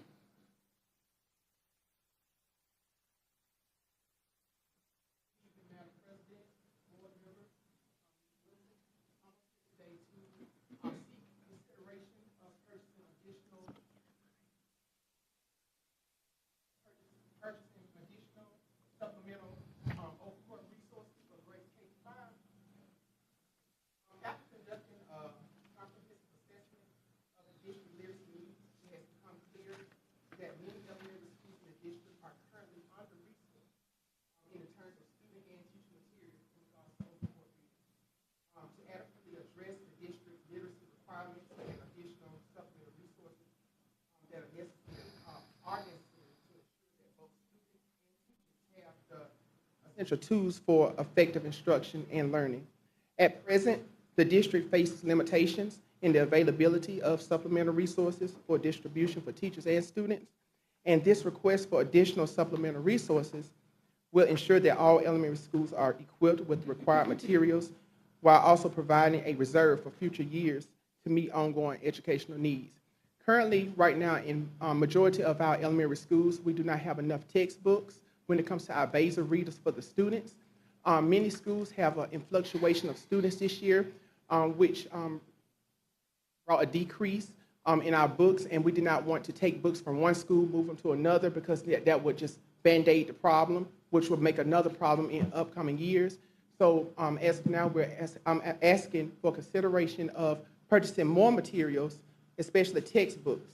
With this being said, the quote includes the open court reading comprehensive student workbook bundles for grades K-5. That will include student textbooks, consumable workbooks, take-home decodables, online component subscriptions for the students, language arts handbook. Also, instructional materials will include the alphabet sound cards, sound spelling word cards, wall cards, and foundational skills kits for the teachers as well. The total of the supplemental resources will be $184,299.98. Any questions? Thank you, Dr. Dowdy. Are there questions? Ms. Cloud. Is it Dr. Dowdy? Yes, ma'am. I'm sorry, Dr. Dowdy? This is going into December. Yes, ma'am. Why didn't we ask for this in August? We did not ask for this in August because as school started and I started filling textbook orders, this is when I started noticing the problem at hand. So once I noticed the problem at hand, I went right in and tried to alleviate the problem first by seeing what we had in reserve. And once I found out we didn't have anything in reserve to adequately meet the needs of this, the district. I'm so sorry that you came upon that shock, but thank you. 184, what was the number? I'm sorry, $184,299.98. Thank you. Additional questions? Well, I just have an additional comment. I'm very happy to see that you are addressing this because I have been getting calls from some of my constituents about not having supplies, and we do want to address this. That's our job as board members to make sure that people have what they need in order to be able to teach. They need the proper tools. Thank you so much Have for those that. resources. Thank you. Thank you. When do you expect to get these materials? Once approved, the order will be placed in December if approved, and we should receive by late January, where we can go into the schools and start delivering and continue the year with those books, as well as I will be continuing to keep a tight inventory so I can know what we're ending the school year with in each school. So when we start the school year, I can make sure I can compare everything with student numbers. Let's expedite this. I want you to have what you need, the children too. Thank you. Thank you, Dr. Dowdy. And I just wanted to add that, our students are transient, and so a lot of the consumables go with the student. So what's happening is if they transfer to another school, they take their consumable, leaving the school they left without a consumable because they're writing in them. So a lot of our shortage are because of our student population. And we want them to take their consumable, but I'm sure when they arrive to their new school, they also are given a new consumable. So we just want to make sure, thank you, Dr. Dowdy, for making sure that we have that in reserve. Thank you so much. Thank you. Next, Mr. Anderson will bring our facilities update. Welcome back, Mr. Anderson. Yes, ma'am. Ms. Wilson, Dr. Coleman, Ms. Brown, and members of the board. If you'll go through your spreadsheet with me. I've highlighted the areas in gray that Mr. Slater's already covered with the Volcker Capital Plan. Looking at the first two projects there with Brubaker Intermediate and Primary HVAC. We've completed both of those projects and look to have substantial completion on the 18th, coming up here very soon. Part of the delay on the substantial completion is just scheduling our person to come out, from the state inspector to come out. We have to get on his schedule, and he covers a large area of Alabama and central Alabama. So sometimes there's a delay in when you actually complete and when you get the substantial completion. So we're excited about moving on from that project as well. The Brubaker Primary Intermediate Roof Replacement, again, that project is complete. You had the change order earlier on that project, so that will be coming off this project list. The Morning View and Davis Elementary HVAC projects, actually got word today we're going to be meeting with the engineer this week to go over some of the final specs for those two jobs and look forward to getting those bid out as quickly as possible. We have part of the Lieutenant Governor's grants for both of those projects, so that's going to help us with that. The other portion of that will be budgeted to ATF to complete that. The Operations Security HVAC replacement is nearing completion. They were finishing up the controls for those jobs today. Anticipate prior to Thanksgiving, that'll be turned over to us completely with that. The Carver Elementary Katoma roof, we actually had substantial completion granted on Katoma today. Carver was last week, so those two jobs are complete as well. The electric bus grant, not a lot of update there. We're just kind of in a waiting pattern, waiting on the buses. They've been ordered. They've been working on those, and then we're also working with our partners, subsidiaries that have to help with the upgrade of the electrical. Dixie Electric is the power source out there on Troy Highway, not Alabama Power, so they're going to be upgrading our transformer there to be able to hold the power for that. And then the electric bus grant, the electric buses are coming from Lion, but we're utilizing one of their subsidiaries that help with their chargers, the charger systems, to be able to that. So we've been coordinating all those details, and as soon as we have those, we'll have a nice tour of an electric bus and maybe a ride on that for all the board members. The BTW Chapel and Athletic Storage renovation is mostly complete. We're just mainly waiting on the substantial completion of that, just little touch-ups here and there. We haven't done our final walkthrough on it, but they did get the metal building. That all came in and is up there for storage for the athletic facility. And then the Park Crossing Turf and Track, we approved that tonight. We'll be working on getting the contract together for that and setting up a pre-construction meeting with the state of Alabama for that to get that kicked off as quickly as possible. They'll replace the turf first and then come and redo the track around the outside of that. That'll be the order of those. I've already been in touch with the school there to work on alternative options for their spring sports that would be impacted by that. And they're ready and excited to have that addition there at their location. The Bellingrath emergency roof replacement, I've been keeping you up to date on that through the weekly updates. When you do an emergency declaration, it follows a little bit different path. You're not having to bid those things out, and the governor signs off on those emergency declarations. But we did go through an RFP to get proposals and got 3 good proposals with it, and we're getting ready to move forward with getting that emergency declaration done for that roof with those things, and then the change orders listed at the bottom. Thank you. Are there questions of Mr. Anderson? Hearing no questions, we thank you again. The next item on our agenda, Calendar Committee, Mrs. J. Jones. Thank you, Madam President, Ms. Wilson, and board members. Tonight, I am coming to you to request that one of you sit on our 2025-2026 calendar planning committee. Now, the responsibility of the board member would sit on what we call our steering committee. That is the actual coming together with our staff members to look at the entire academic calendar for planning purposes. And then that board member would also join our subcommittees that would include teachers, school staff as well, and community members. And then, as you all know, once we are ready to present the options for that calendar, it would sit out in the community for 30 days. So I am looking for a board member to work alongside me and our planning committee for the calendar. Thank you, Ms. Jones. Are there? I volunteer. Ms. Jones, you have a volunteer. Great, thank you. Ms. Pamela Cloud, District 5, thank you. Thanks again, Ms. Jones. And thank you for volunteering. Next on the agenda, Dr. Shanice Williams will present a data analysis of programs.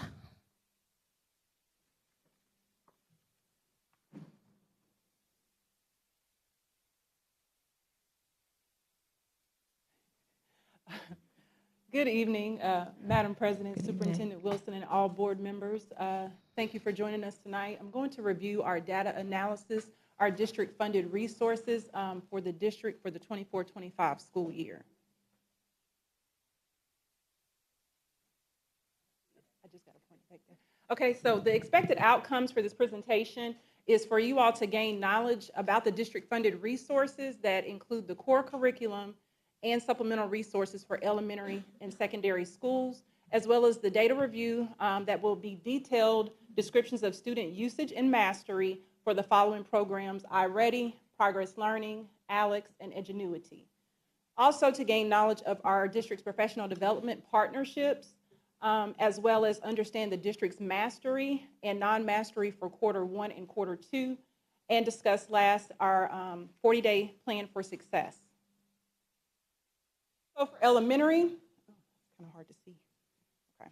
So for elementary, our core curriculum for elementary ELA is our Tier 1 is McGraw Hill Open Court. There are a few supplemental resources, which include iReady, which is a digital resource for Tier 1 and Tier 2. We have Progress Learning for K-12, so you'll see that overlap throughout all of the cores. It's for math, ELA, social studies, and science. We use Spire for Tier 3 interventions, and Defined Learning encompasses all the tiers. Also on your presentation, you have the teacher impact and the student impact for each supplemental resource. For elementary math, our core curriculum is Ready Math Curriculum and Associates, which is the textbook. The supplemental resources include iReady as well for Tiers 1 and 2. Progress Learning, as I stated, you'll see that multiple times. AmSty Math and Do the Math is for Tier 3 interventions. Elementary Social Studies, the core curriculum is Studies Weekly. The supplemental is Newsella, which encompasses all tier instruction or all tier interventions, Tier 1, 2, and 3 for grades 4 and 5. Defined Learning, all tiers, and Progress Learning again. Elementary Science, the core curriculum is STEM Scopes. Pearson's Interactive Textbook is what we currently have. And just remember that elementary science, well, not just elementary science, but K-12 science is going through a textbook adoption process currently. The supplemental resources are Progress Learning and Generation Genius, which is a Tier 3 intervention.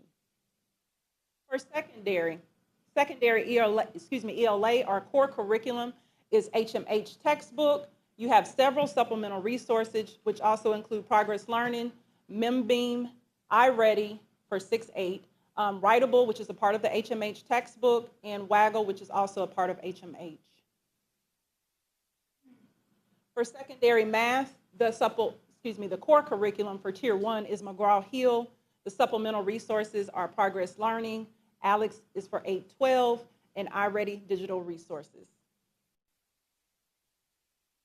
Secondary science, we have McGraw Hill, National Geographic Learning, Savez. You also have Signage, and again, science textbook adoption year, but the supplemental resources for secondary science is Kessler Science, Brain Pop, Explore Learning, Progress Learning, and Newsella. Secondary science, McGraw Hill, core curriculum Tier 1, supplemental resources, Newsella, DBQ Online, and Progress Learning. So now we're going to get into the data review for our digital resources that the district currently funds for 24-25. So the first is iReady. iReady is a K-8 digital resource that we use as a diagnostic, as well as it's adaptive. It assists students with their deficits after they take their diagnostic. So here is elementary iReady ELA, the beginning of the year diagnostic that they took before instruction. So in the gray, you see the grade levels and the number of students in those grade levels. The dark green, which says mid or above, that is, in iReady is actually striped green, which is the highest indicator, saying that the student is mid or above grade level. The lighter green is early on grade level. And so the two green categories is your proficiency. So if you look at kindergarten, for instance, 4% and 12%, that's 16% proficient when they took, proficiency, when they took the diagnostic test before the students were actually given instruction. So that's when they first came in for the school year. Yellow is 1 grade behind. Red, the dark red, is 2 or more grade levels behind, and then the lighter red is 3 or more grade levels behind. For kindergarten, you see NA because this is their first grade level kindergarten. So this is your iReady ELA before instruction. Now when you look at the proficiency by domain, it gives you a breakdown of what students were tested on. PA is phonemic awareness, then you have phonics, high frequency words, vocabulary, comprehension, literature, and informational text. So our 3 main domains in elementary ELA that we know we need to work on based on our data is comprehension, literature, and informational text. Those are the 3 categories we need to work on. This chart here specifically tells you the students completing lessons by grade level. That says personalized instruction. So based off their diagnostic assessment in the beginning, it set them a learning path based on that diagnostic stating where they were not proficient. So currently, we have students completing lessons in each of those grade levels, which is a very high percentage, 95%, 99%, all the way to 5th grade. But then the second chart towards the bottom tells you those lessons passed or mastered and those percentages. So 77% are passing currently, and then we have only 6% that are possibly not passing, which would be Tier 3. And we'll talk about interventions momentarily. So middle school, iReady ELA, beginning of the year diagnostic, 6th, 7th, and 8th grade, is the same format of the data, giving you the colors and the number of students that were tested. So again, if you look at 6th grade ELA, you have 18% at the beginning of the year that were proficient. I'm adding 11 and 7, so 18% that beginning of the year were proficient. So when you look at the domains for middle school ELA, it's the same as elementary. If you look at the bottom 3 categories in gray, it says comprehension, literature, and informational text are the 3 domains that we need to work on for proficiency. Elementary math, we have 3%, well, I'll take a different grade level. 5th grade, for instance, has 4% in darker green and 8% in lighter green, which gives us 12% proficiency at the beginning of the year before instruction. The domain categories that we need to work on instructionally would be measurement and data and geometry. Those are the 2 domains that we need to work on for students and provide Tier 1 instruction as well as intervention for students. Middle school math, you won't see much of a difference. And when I say much of a difference, I mean in the domains that they need to for proficiency on. But as you can see, let's look at 8th grade here, 4% and 5%, so 9% proficient coming into 8th grade before instruction. Domains, look at geometry, 11% proficient, measurement and data, 15%. So again, for K-8, we know that those areas for math are what we need to work on instructionally. What, on that slide, was that coming in? Was that coming Yes, in? ma'am. Okay. Yes, ma'am. That's before instruction. Do So y'all do begin- one, halfway? Do y'all do a midstream? Yes, ma'am. So we're getting ready to come up on our middle of the year data, and then we'll have end of the year data as well to compare. Elementary I-ready, students completing lessons is a high percentage. Also, students passing is a high percentage, 92%, between 70 and 100%, and that's students' lessons passed as they are on their path currently. All right, our next district-funded resource, Progress Learning, what you see highlighted in yellow is mastery that is under 50%. Teachers use Progress Learning to create grade level assessments and assignments. This tool is to assist students with grade level mastery. Progress Learning is one of many tools that teachers and students use for instruction and mastery. So as you can see, here you have usage and mastery for 1st through 8th grade here. This is elementary and middle school for ELA, math, science, and social studies. Progress Learning for high school, same here. It is for 9th, 10th, 11th, and 12th grade, ELA, math, science, and social studies, and I've highlighted 50%, under 50% mastery. Now you may question, why is the 10th grade ELA at 0? And that is because we do have other supplemental resources. So for instance, in secondary ELA, they may be using MemBeam. It could also be iReady. So they are using other supplemental resources. So Progress Learning is just one of many. So depending on the student and their tiers and their intervention would also determine which supplemental resource that they use. So currently at the beginning of the year from, I'll say August until now, 10th grade ELA may be using another resource. Ma'am? This presentation?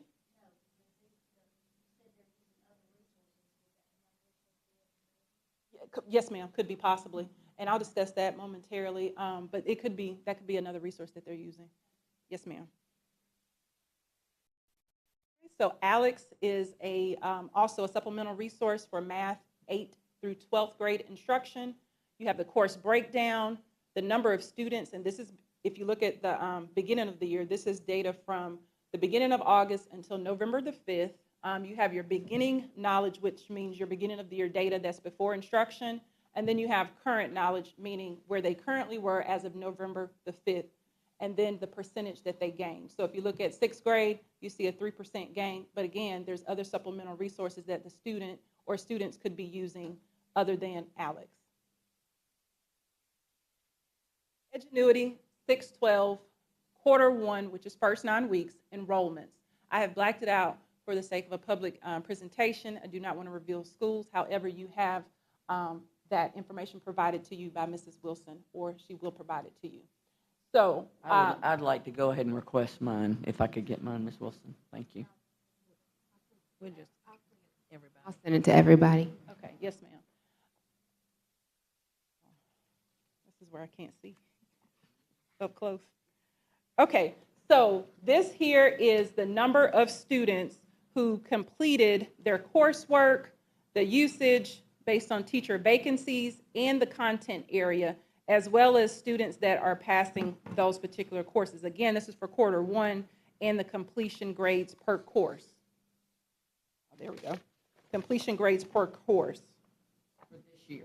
Yes, ma'am. This would be first 9 weeks. First 9 weeks enrollment, first 9 weeks completion.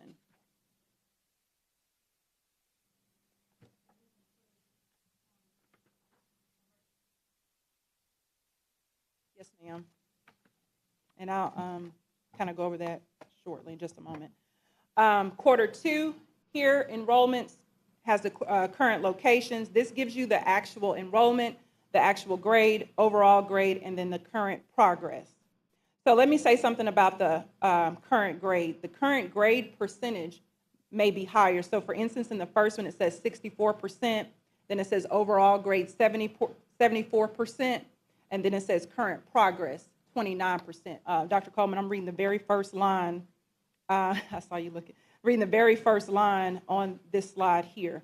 And so that progress being 29%, meaning that the students are still working through that. They have not completed that particular course yet. So remember, quarter 2 just started October the 14th, and so we're still into the 4th or 5th week of the second 9 weeks. Here we have the 2 different charts for Edgenuity. The first one is MPS teacher assigned coursework, meaning that the teachers may assign it based on intervention. MTSS intervention was going to assist the students, but that's what the teacher assigns. The second chart is instructional services. That has to do with MPS students who have an Imagine Learning teacher of record, which includes quarter 1 and quarter 2. Yes, ma'am. Are you, let me back up. Are you on this slide right here? Or back up one more? Right here? I'm sorry, hold on, Ms. Porter. Hold on. Okay, let me ask you this. There is on row 6, that first line, in science, there's 1 student. Average active is at 23 seconds? Hold on 1 second. You said 6th grade? Okay. Row 6, go Okay. over to science. It says number of students 1. On the top That's 23 minutes. Top row. 23 minutes. That's 23 minutes. Yes, ma'am. Okay. 23 minutes. Notated.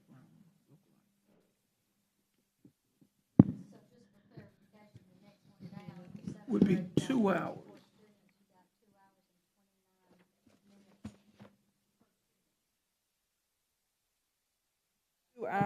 Which 7th grade and which content, Mrs. Clark?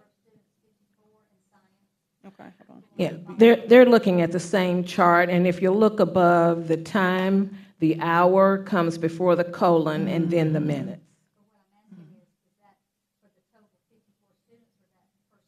That's a great question because it does appear to as if it's for the total 54 students. So I can ask for clarification from the company for that to see. Yes, ma'am.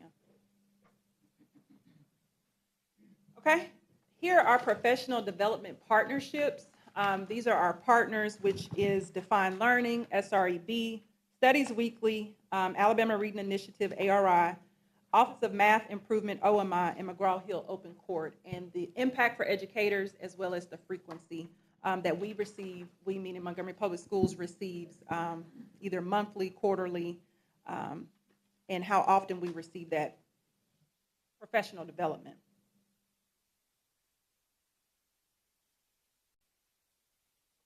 Okay, so I wanted to make sure that we reported on our elementary quarter 1 Ds and Fs.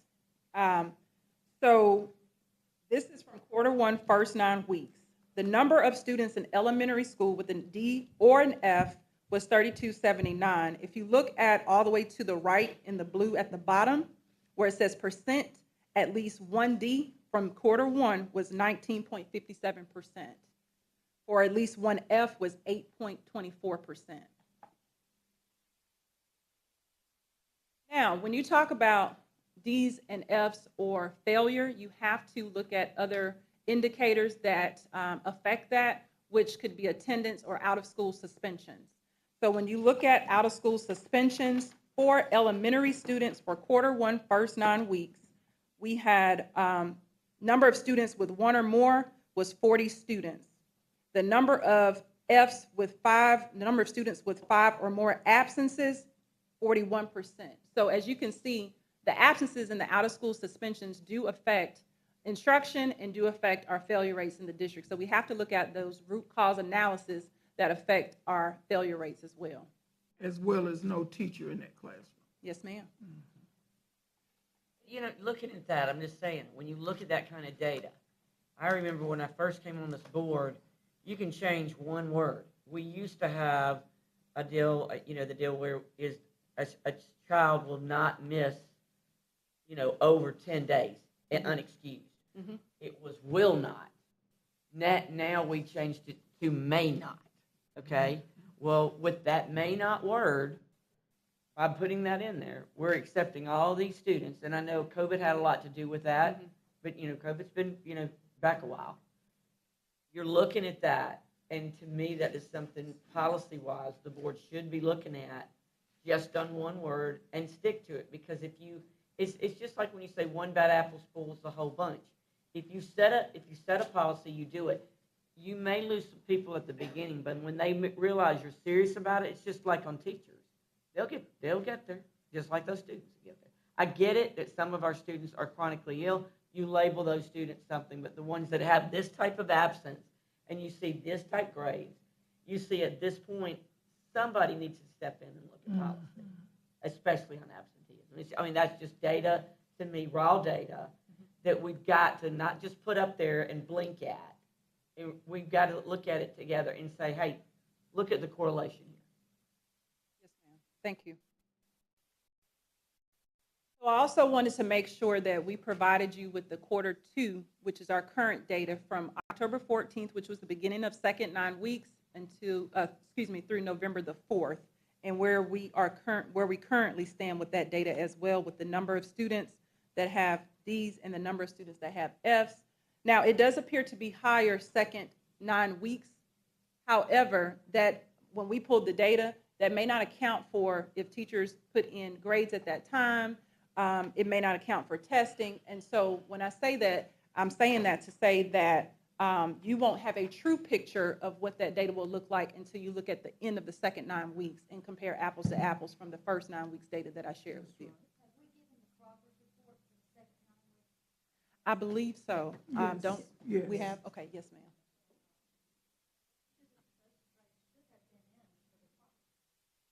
But when I pulled this data on November the 4th, it may not have been. Ladies, so that she can get through her report, let's let her finish the report. We take notes because we're getting into a long discussion. We can ask her questions, but allow her to finish her report. Thank you. Yes, ma'am. Secondary quarter 1, D's and F's, you have that report as well. And this is, again, from first 9 weeks. The number of D's for secondary, 38%. The number of F's, 21.48%. Again, quarter 1 F's with attendance and out-of-school suspension. You had 20.19% with at least one F or with a out-of-school suspension. A number of students with one F or more out-of-school suspension, 533 students. Quarter 2, as of November the 4th, at least one student with an F, 56%, at least one student with a D, 28%.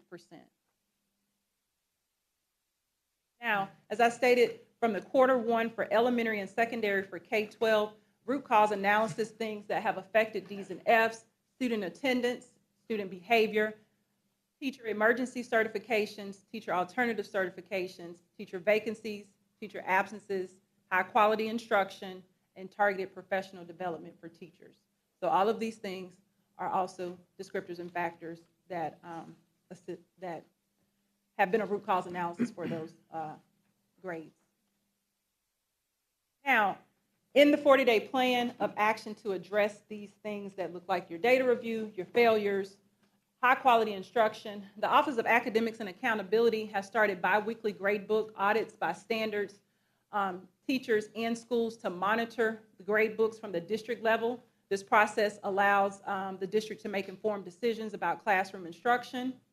Also, I thought she had her hand raised. Also, has the Office of Academics and Accountability has collaborated and calibrated a systemic classroom instructional walkthrough form for K-12 for us to collect data to make informed instructional decisions. The Office of Accountability and Academics has created a grade level performance process that clearly communicates the expectations of teachers to provide formal interventions on all assignments, and that is a grade level performance document that we've created. Principals receive bi-weekly gradebook audits as well, not just the district level. These reports are Organized by teachers, students, and courses to monitor student performance. This process helps schools identify students who may need additional support and/or MTSS interventions. Targeted professional development will be planned for teachers from the instructional walkthroughs. And lastly, principals with 9% or more failures must create an action plan to address school failures. Questions? Hey, thank you. Thank you. Yes, Ms. Portis. Okay, Shanice, I'm gonna take you back. Yes, ma'am. High frequency words. We know everybody gets them. They're the words that's on the sheet of paper that the children memorize. But when it compares to comprehension. I'll tell you those three categories, comprehension. Because they don't know what the word means. Correct. They can't use it in a sentence. They can't do any of that.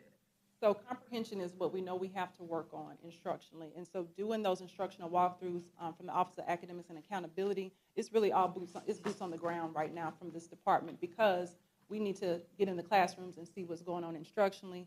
We need the support of the schools. It has to be a collaborative effort. So when we come back from collecting that data, we can make those informed decisions for professional development or targeted professional development for teachers, because we know we have some work to do, especially in math for the district being the lowest, and then as well as ELA.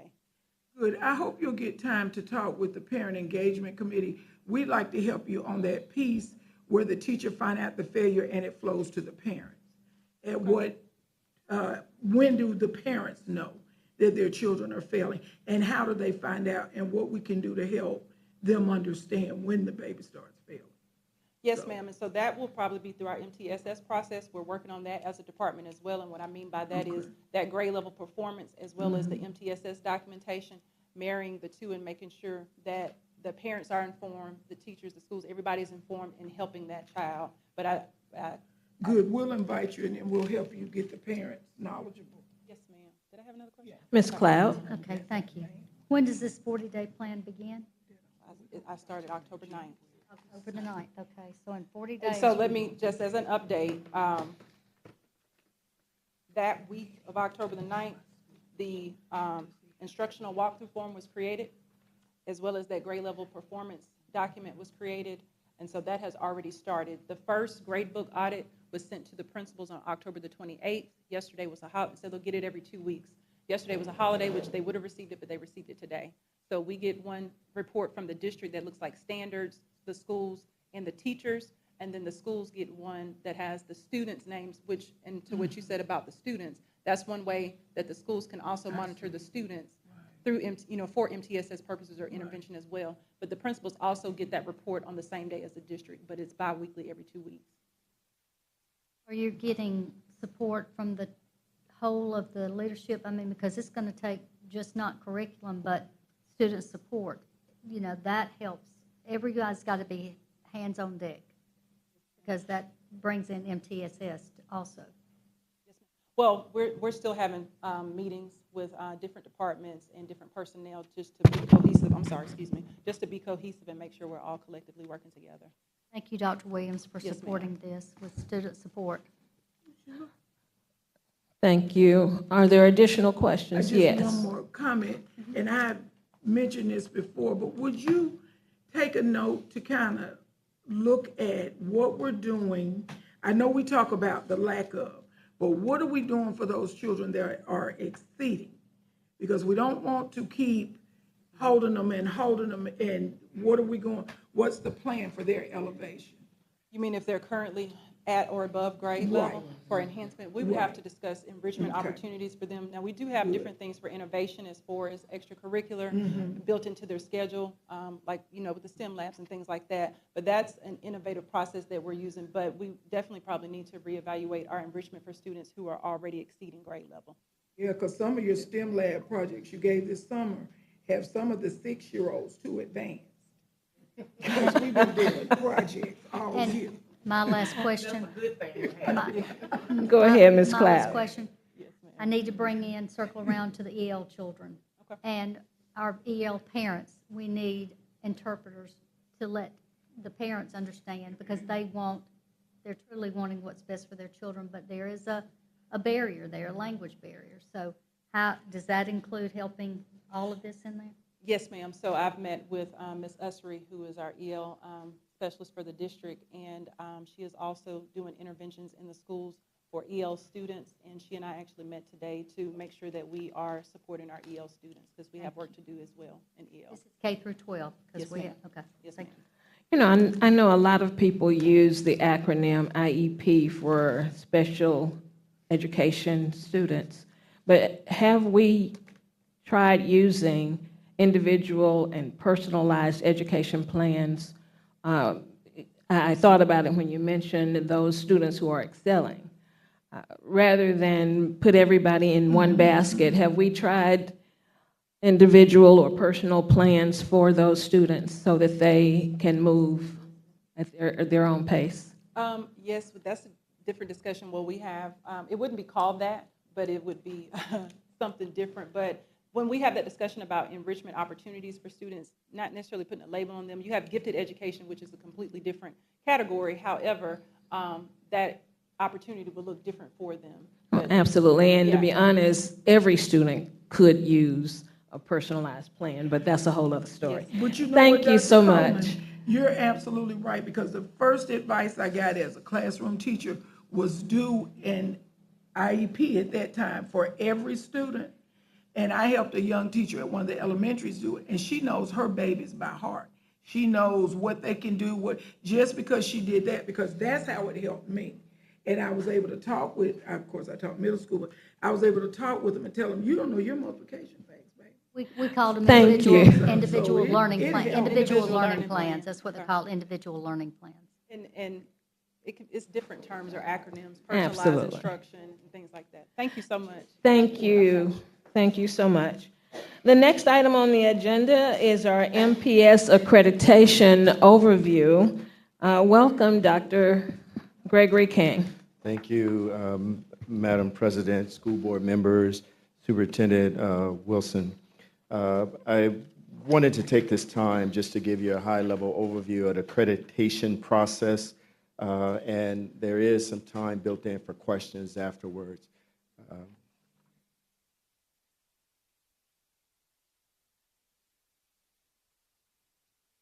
This is, okay.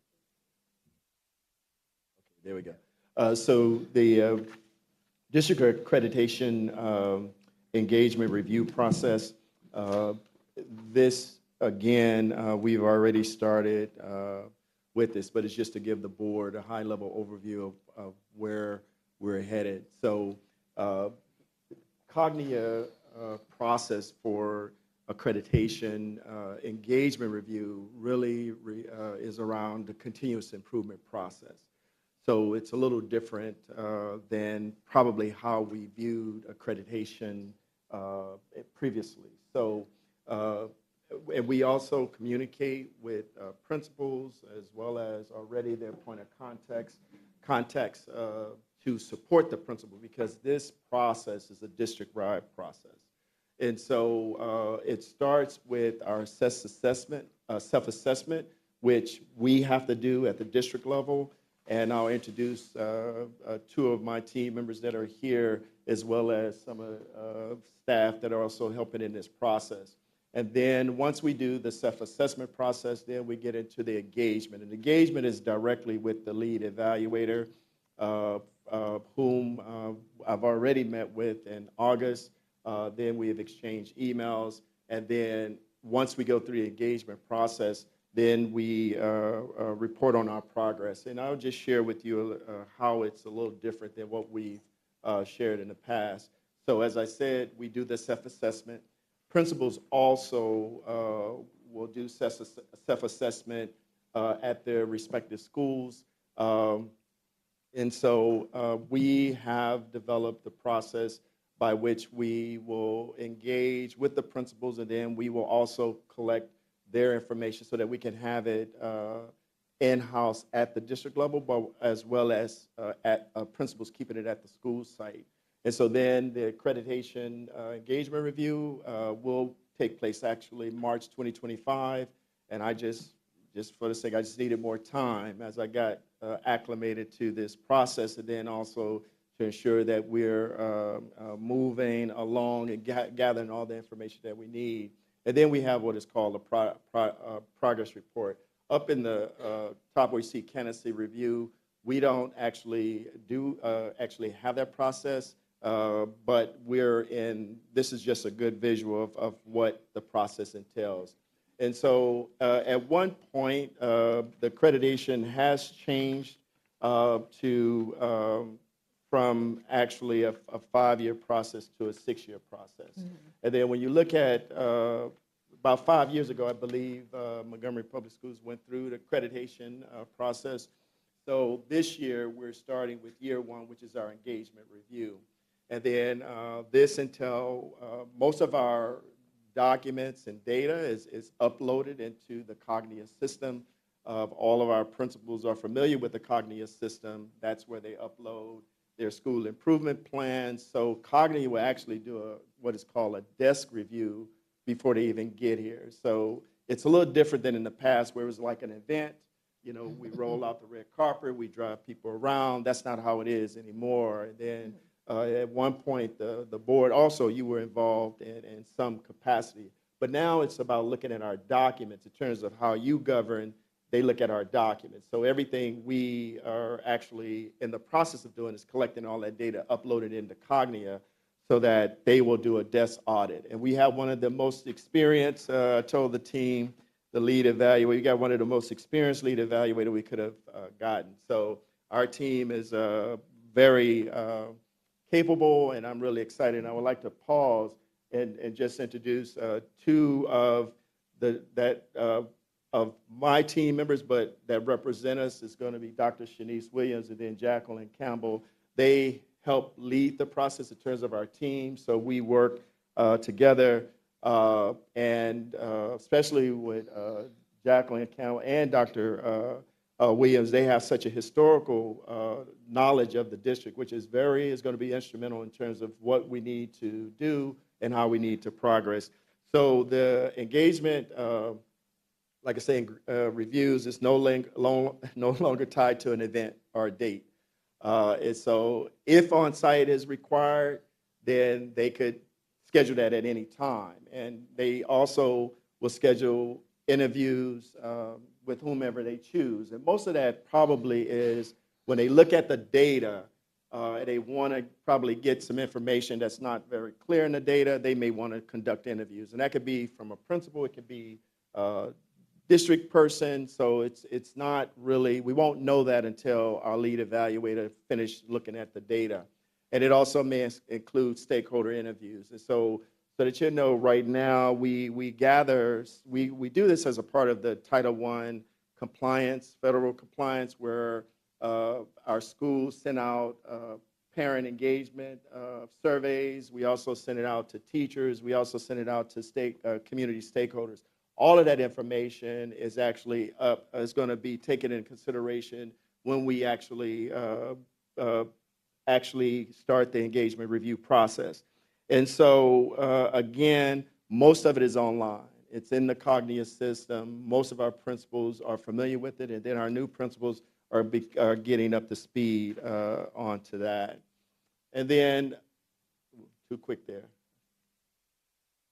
So the accreditation status, there are different types of it. Ours, and I like to skip to the last, ours is like the first one under accreditation, accredited. That's what we want. We don't want any of that other stuff. So that's what our goal is. And so the Cognia Global Commission, they meet annually. So we upload, the actual lead evaluator would upload our documents and what the recommendations are. Then they will actually give us a report. Accredited is what we want. We want that same sign. I think it was, where's that certificate? It's around here somewhere. But we want that same accreditation status. So I really am excited about that, and we have the team to do it. Charting our journey, I just want to give you an update of where we are so far.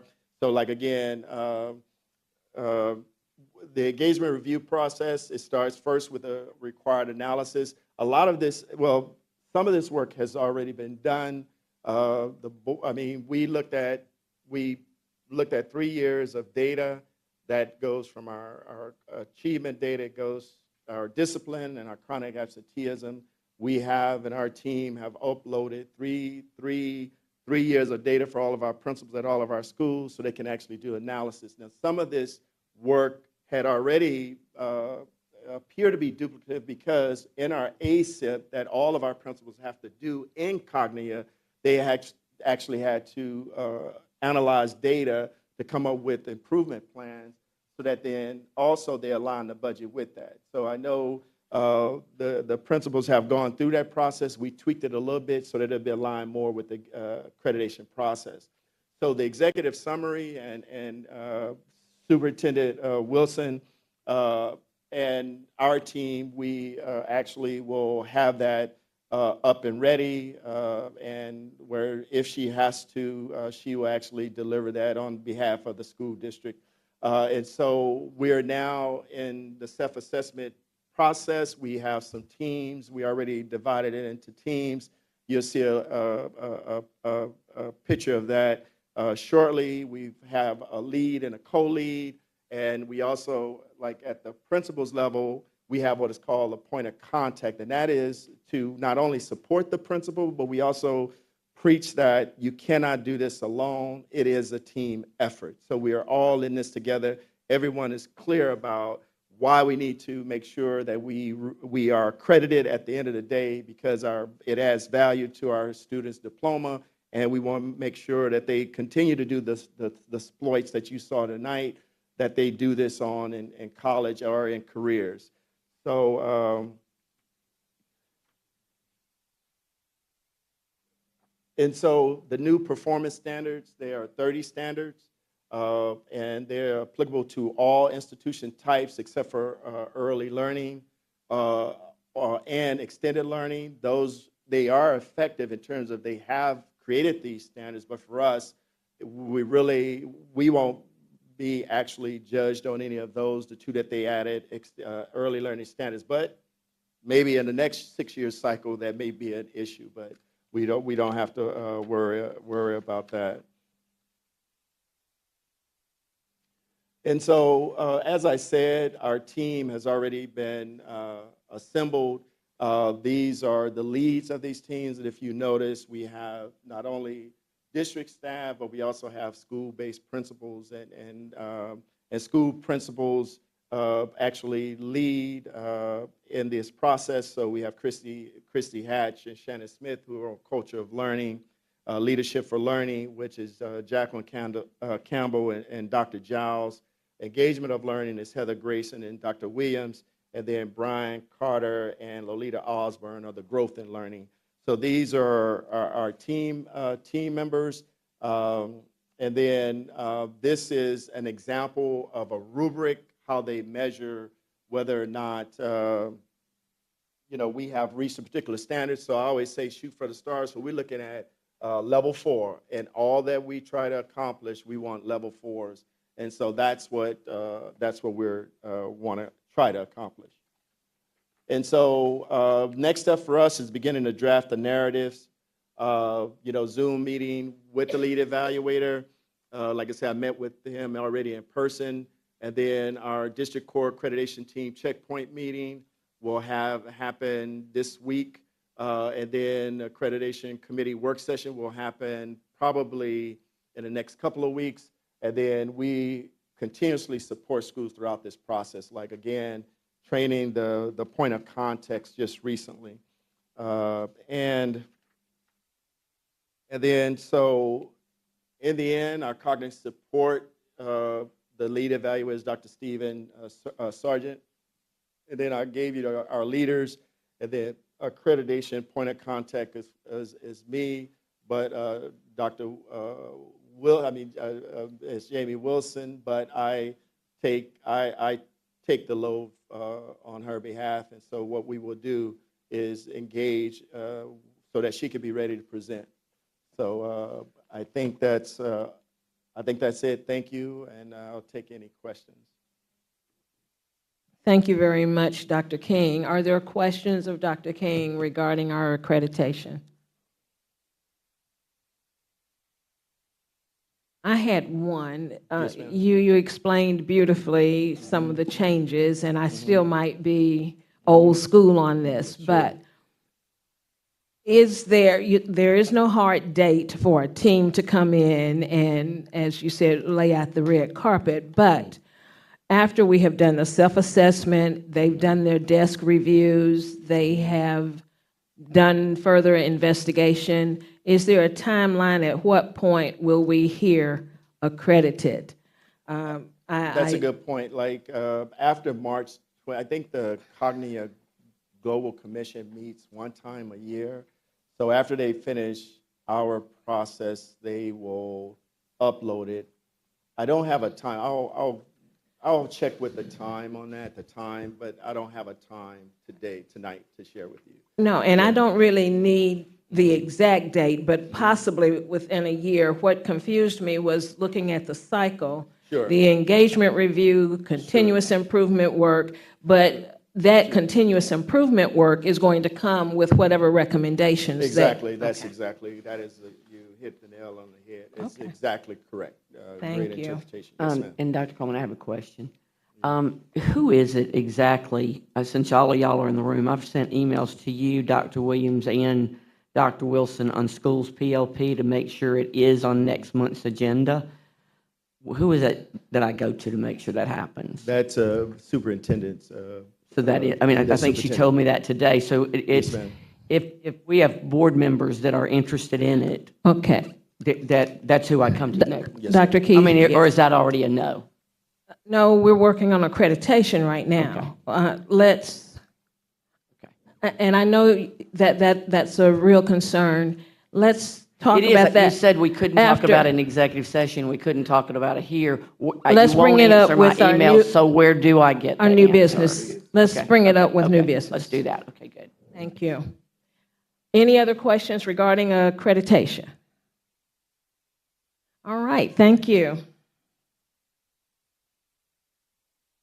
The next item on the agenda is selecting a search firm to conduct our searches for both our CSFO and our superintendent.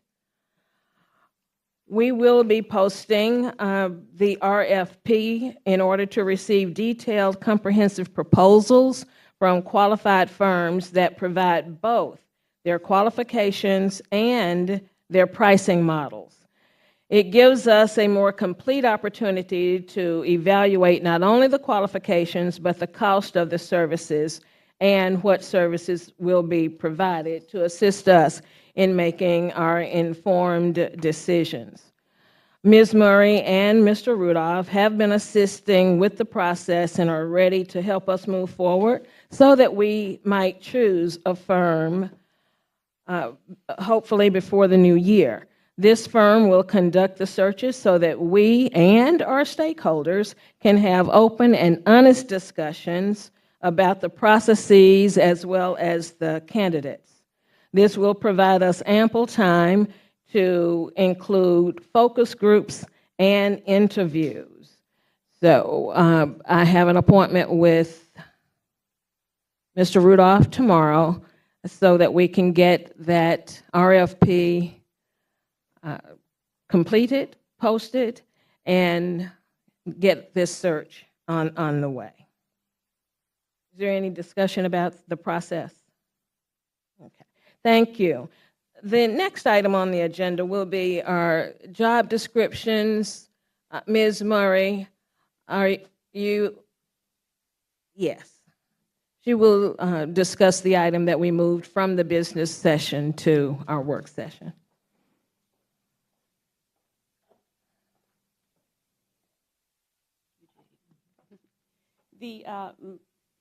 Madam President and board members, Jamie.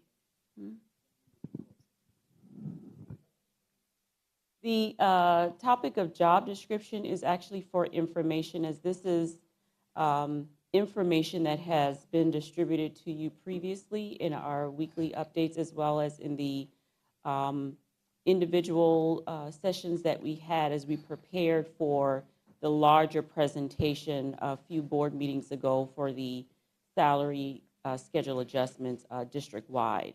In those one-on-one conversations that we had in preparation for that presentation and board meeting, we spoke in detail about providing you a display of what some reclassifications would look like with that new salary schedule and that new salary structure, because there are some positions that will change as far as work terms are concerned with our clerical, our administrative staff.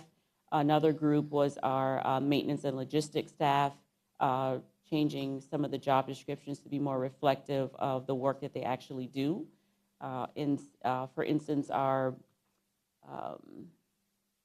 ed specialists, we changed those job descriptions to reflect content area specialists, to be very specific about the areas that they specialize in. So for that information, the job descriptions that you have are for information, as we discussed in those previous conversations, to reflect those changes in job descriptions or work terms that we talked about. Thank you. Are there questions regarding those job descriptions at this time? Yes, just for clarity, we did meet one-on-one to discuss the job descriptions would be made. These were, the only reason I asked to move it, because this was a lot of information to look at. And if we're going to increase salary, we don't need to increase it for title.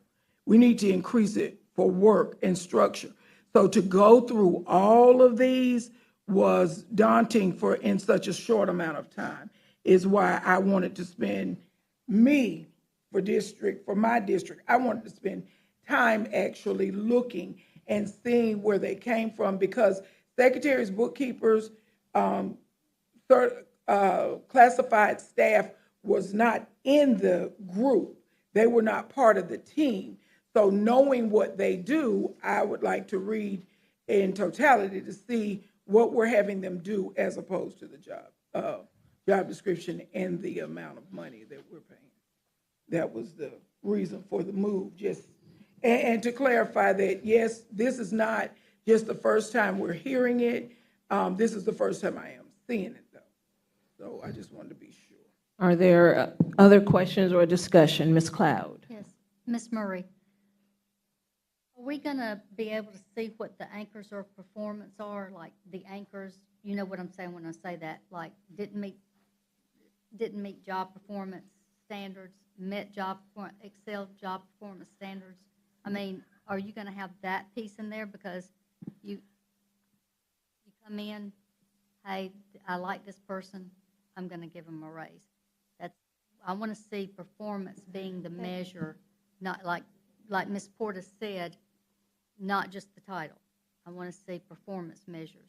For individuals or for the evaluation itself, because we do have evaluations for the process for certified staff and for classified staff. So if you'd like to see the instrument, that can be shared. Right now, we're just talking about job descriptions. Correct. Well, with job descriptions comes performance and roles and responsibilities. Like they have bullets of what their job performance is supposed to be. Right, and those are outlined in the job descriptions. Okay, thank you. I haven't had time to look because it was a lot. Thank you. Other questions or discussion? Thank you for adjusting and being flexible with us. We appreciate you. Okay, we are now at new business items. Ms. Portis, we decided we're going to hold yours. Yes, no? Community engagement. We'll discuss that next week. Okay, sounds good. I have one, but Dr. Keith. It was just, I want to make sure, if we don't do schools PLP, I want to know why. I've heard that we're going to bring the data in, but when a couple of us board members have met with over 18 teachers and looked at their data on paper with just nothing but Fs because of like 246 ESL students, and been told that they're handed a dictionary for these teachers to expect to speak German or Turkey or French, and that's it. We know Edgenuity is not working. We know I was told today by the superintendent, interim superintendent, that we have things like access learning. We've had access learning as well, clear back when I had it. It wasn't working either. And I'm beginning to think some things are almost personal. And maybe it'll take 6 months, whatever it is. I'm not leaving schools POP alone. I know that. And I know I've got on this board, there's plenty, and to be threatened with, well, I may not even bring it up, totally bothers me, especially to be new at the job. So it just kind of, I just wanted to get it out there that's, we say it's not fair, it is fair. I mean, because that should be known when you've got board members that want it and then you deliberately don't put it out there. It blows my mind. You would like I wanna make more sure it's out discussion there. on Oh, yes. schools PLP? Definitely. Thank you. I have new business, please. Okay, all right, go ahead. Okay, thank you. We all got a letter from Sally Smith from AASB, and Ms. Matilda Woodyard Hamilton for District 4 Director was not reelected, therefore she cannot serve. I would like to nominate, if she's willing, to look at it, only if she says okay, don't you do me, is Pam Portis for that position. It would serve for a selection at the December the 5th meeting, and then it would come back but just put her application in. That's what I want to do, is put her application in. Yeah, I was about to say yes. That is open for applications. So if you're interested, you can apply. Thank you. Okay, thank you. I think she would be excellent at that. Thank you. All right, we did receive the 2024 Delegate Assembly Handbook this weekend. Please be prepared to discuss any bylaw change or resolution that you have a concern about. Note that there were 5 recommended bylaw changes, but they were all editorial, and they don't require any action. But if there's something that you are concerned about, let's bring it to each other's attention. If you have a recommendation for a resolution, note that the changes presented at the assembly that are not recommended by the bylaws committee or the resolutions committee will require a 2/3 majority vote. We can have further discussion about each of these during our annual meeting next week, if you have items that you want to discuss. And that's for the AASB bylaws. Yes. Thank you. Are there other items to be discussed tonight? Dr. Coleman, are you going to give us more information on the annual meeting? Hopefully, we will have that agenda ready tomorrow. Hopefully, that agenda will be ready. We have been working on it.